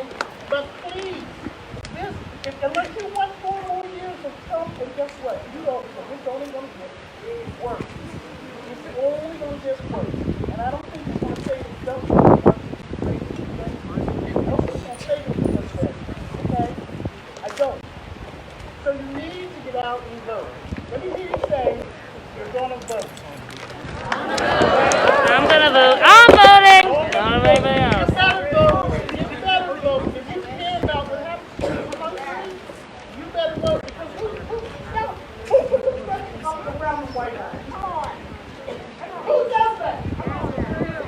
Not to mention all the other stuff because I could go on and on. You know what? I don't want to be sick. I haven't eaten yet, so I don't want to be sick. Please. Vote. If you have children that are not registered and are of age, please convince them to register. And then not just register, but get out there and vote. If you need a ride, if you need to find out, what precinct you need to be voting at, there's voter services in Westchester that can answer all these questions. So that's all I want to say is thank you for this. Thank God for us, all of us, and Black Lives.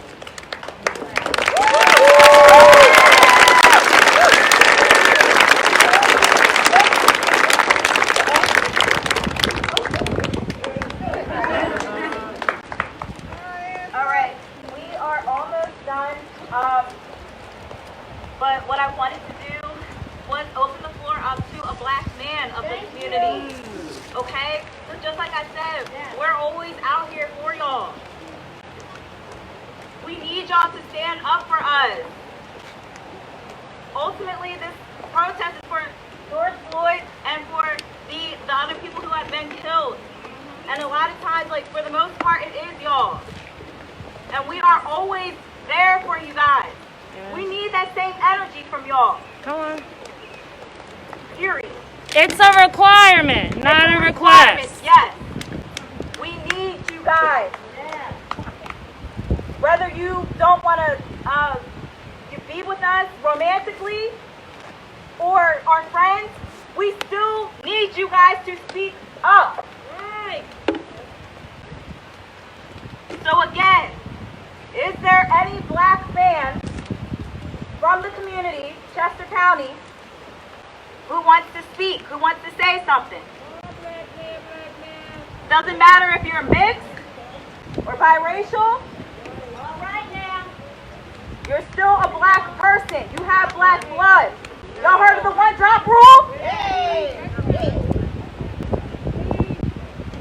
All right, this is my pastor, Pastor Pam.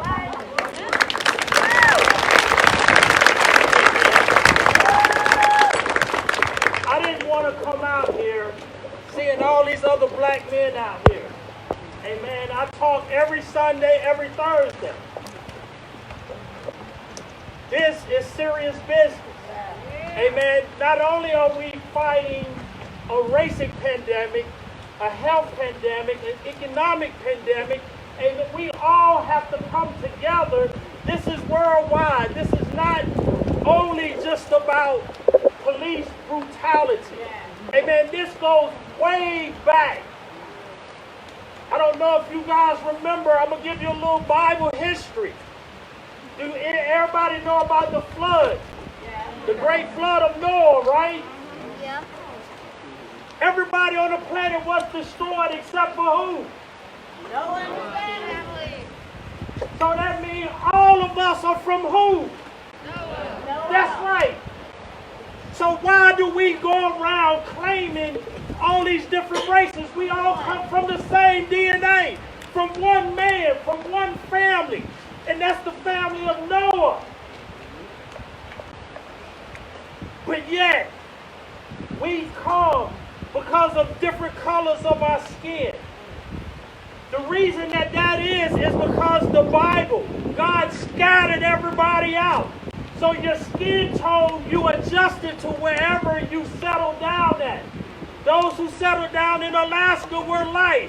Those who settled down in Africa became dark. But we all still one people.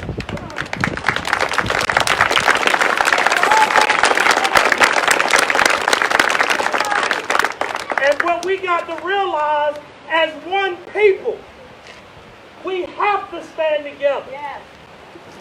This is not by happenstance that this is going worldwide just as the pandemic is. For those of you who don't know, this is all in the Bible. It has been wrote out. We are still living in the biblical days. It's not history. There's so much that still have not come to pass. But guess what? Everything that's going on today is written in the Bible. So we're still living biblical history. This plague, the pandemic, they don't know where it came from. God has allowed it. He shut the whole world down to get our attention.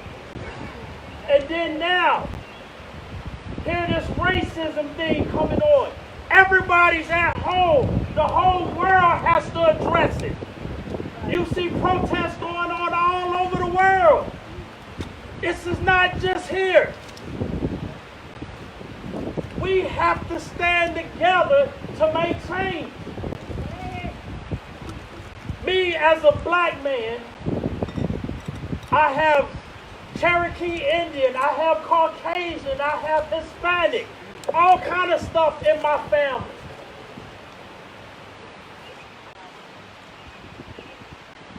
Raised in North Carolina. I have been on the end of all this stuff that's going on. I have been pulled over. I have been put on the ground for no reason. But see, what we have to do, we got to stand up together as one people. That's what we are. We are one people. And just as these young millennials, I am so impressed. When they called, text me, and asked me would I be a part of this, I did not hesitate. Because to see young millennials finally standing up for what is right. They're not scared. They're not intimidated. And to see so many different skin colors here represented. This is everybody that's in. this doesn't end after we march and go home. This is ongoing. We're still living out the biblical days. Amen. This is not going to end until we all stand up, until we all vote, until we all get, because see what we got to realize, the person that's up at the White House, we put them there. Whether you voted for them or you didn't vote, we put them there. So the only thing that can change is that we have to vote and start putting people that we know that got our best interest at heart.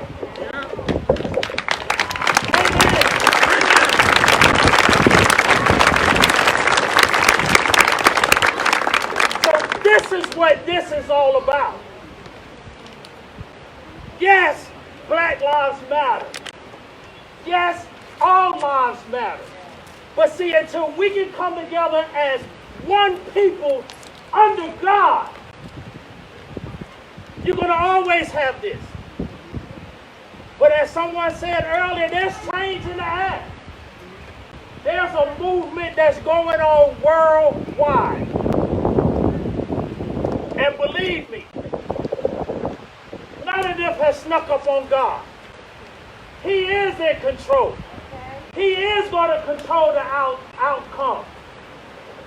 Now what we need to do is to get on board with him, because we got to remember, he is the creator. He created this all. Now he promised us he would never destroy the world again with water. But you have been seeing the world on fire. You have been seeing the world burn on fire. You have seen this pandemic shut down the world. And when the people went back home, what happened? All God's beautiful creatures started running down the streets like they was been unleashed. Yeah. You look at some neighborhoods, you thought Noah's Ark was around the corner. So many animals starting to come back out. So let us do what we have to do. Let us stand together, united as one people.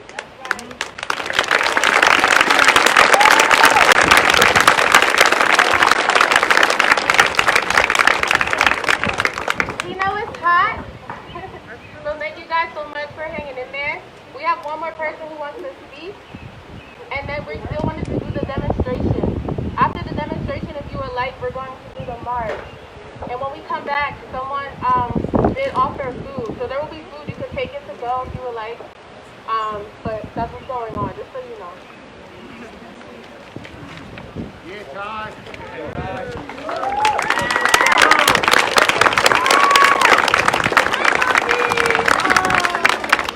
I don't even know what to say.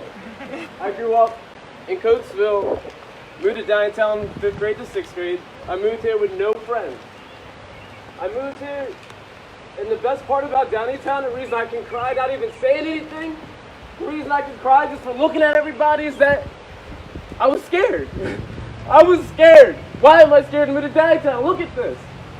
I was scared because I was leaving my people. I felt alone. It's hard to make friends all high school. I had 3 other black people to look at to be my friends. But the best part about this, the reason why we're all here right now, is because I had so many friends because of the people like you. I had a prejudice in my mind thinking that these white people ain't gonna like me because of my skin, my hair, whatever it is. I allowed myself to be prejudiced, to be angry at y'all. Once I started running around Downingtown, meeting everybody, being with everybody, good neighbor days, everything. Damn, we are a big family. We are coming together so strong that I don't even have to say anything to you guys, but you feel it. You know it. It's in you. Somebody wants to drive by, be that angry white man, let them.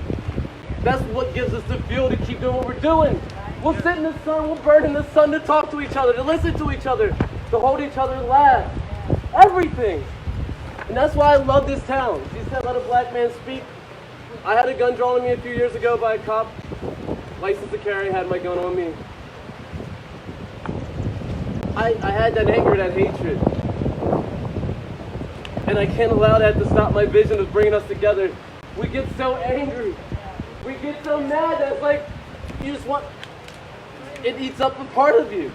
But I can't be mad the same way I was scared to move to Downingtown. I can't be scared to not come up here and speak. I don't know what I was going to say. But when I look at you guys, it doesn't matter what I say. It's the fact that we're all here. We're all here.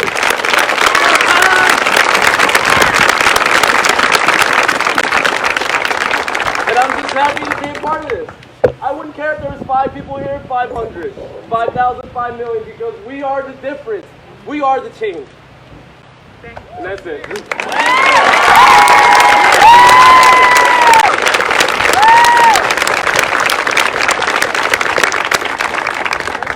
you, Tyrese, for that. All right, guys, I know it's hot. Y'all are sweating. I done sweated my hair out. Whatever. Now we're going to go ahead and do the demonstration. All right? If you're comfortable doing it, please do it. So if you have a blanket right now, maybe you want to go into the grass. It's a little bit cooler. Yeah, grass is cooler. Don't burn yourself up. Put your towel down or whatever. And lay down.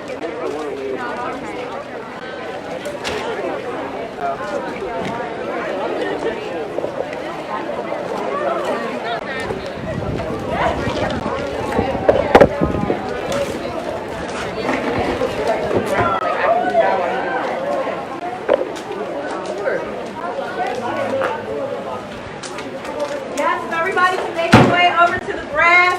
There's shade over here. And as we lay down with our hands behind our backs, or if you want to take a knee, we're going to listen to a song called I'm Not Racist by Joyner Lucas. Some of y'all may have heard of him. So I need everybody to be super quiet so that you can hear the message. I really want to play the unedited version of it, but I realize that we have children with it. I know I've got a lot of work for today. So play the edited version, and I hope that you guys get the message. And we're going to try to get you guys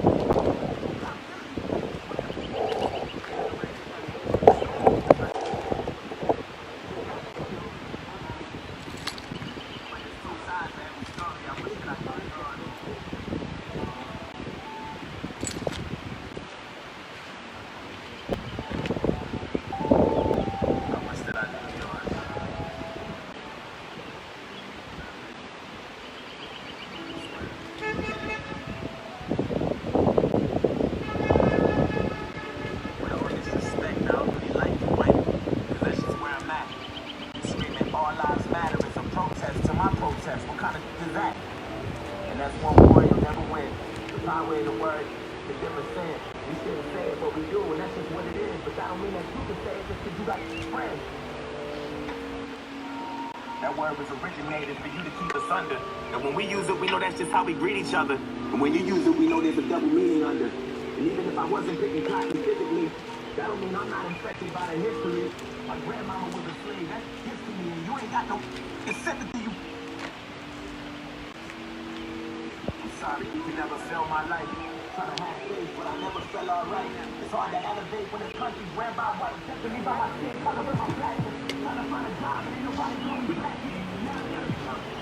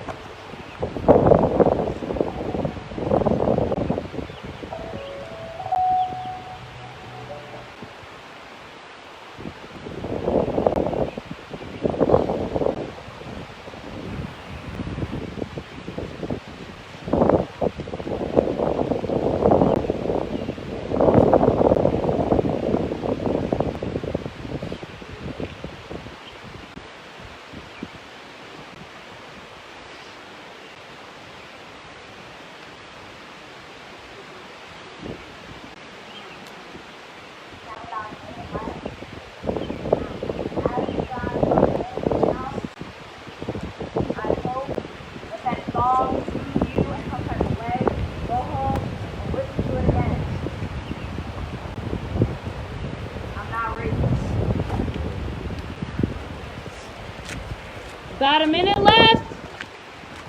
Uncomfortable, isn't it? Tough, doesn't it? It hurts, doesn't it? Yeah. And if this was really happening to us, we wouldn't have no damn town underneath us. We'd be laying on the concrete, on the grass, on the dirt, or wherever. Screaming for our lives. Yes, screaming for our lives. Calling for our moms who have already passed away. Did you hear that? When he was calling for his mom that had passed away a few years ago, he knew he was going to die.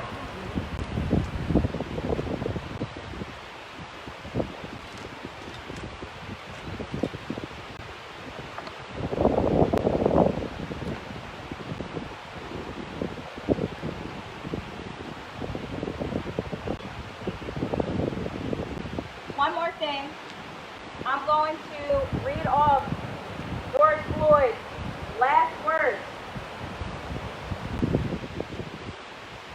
It's my faith, man. I ain't do nothing. I ain't do nothing serious, man. Please. Please. Please, I can't breathe. Please, man. I can't breathe. Please. Man, can't breathe. My face.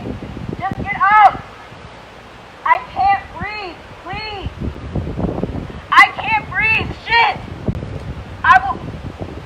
I can't move. Mama. Mama.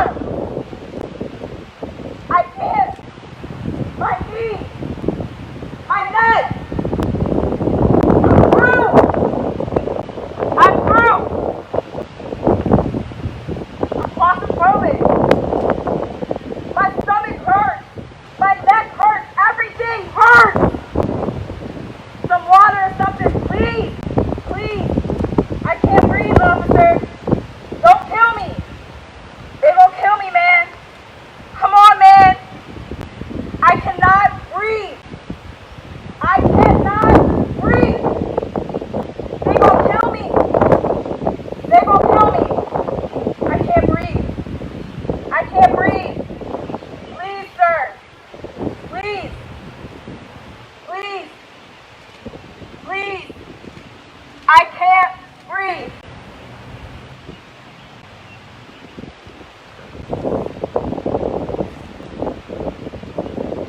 You may all stand up now.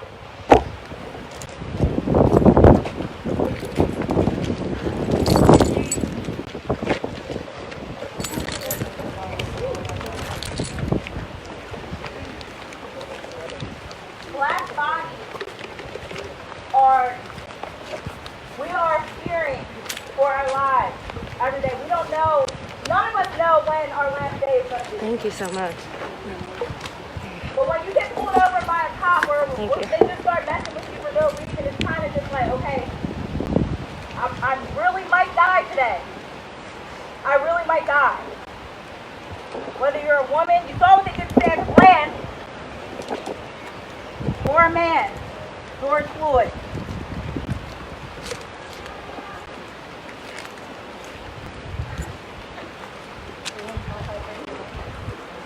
So now, we are going to march.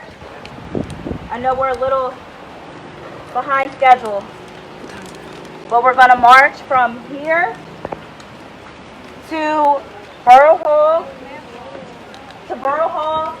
and the police station. If anybody, a true ally, or few, would like to stay behind to watch our stuff, to make sure that nothing happens to our cars and our signs and just our proper security.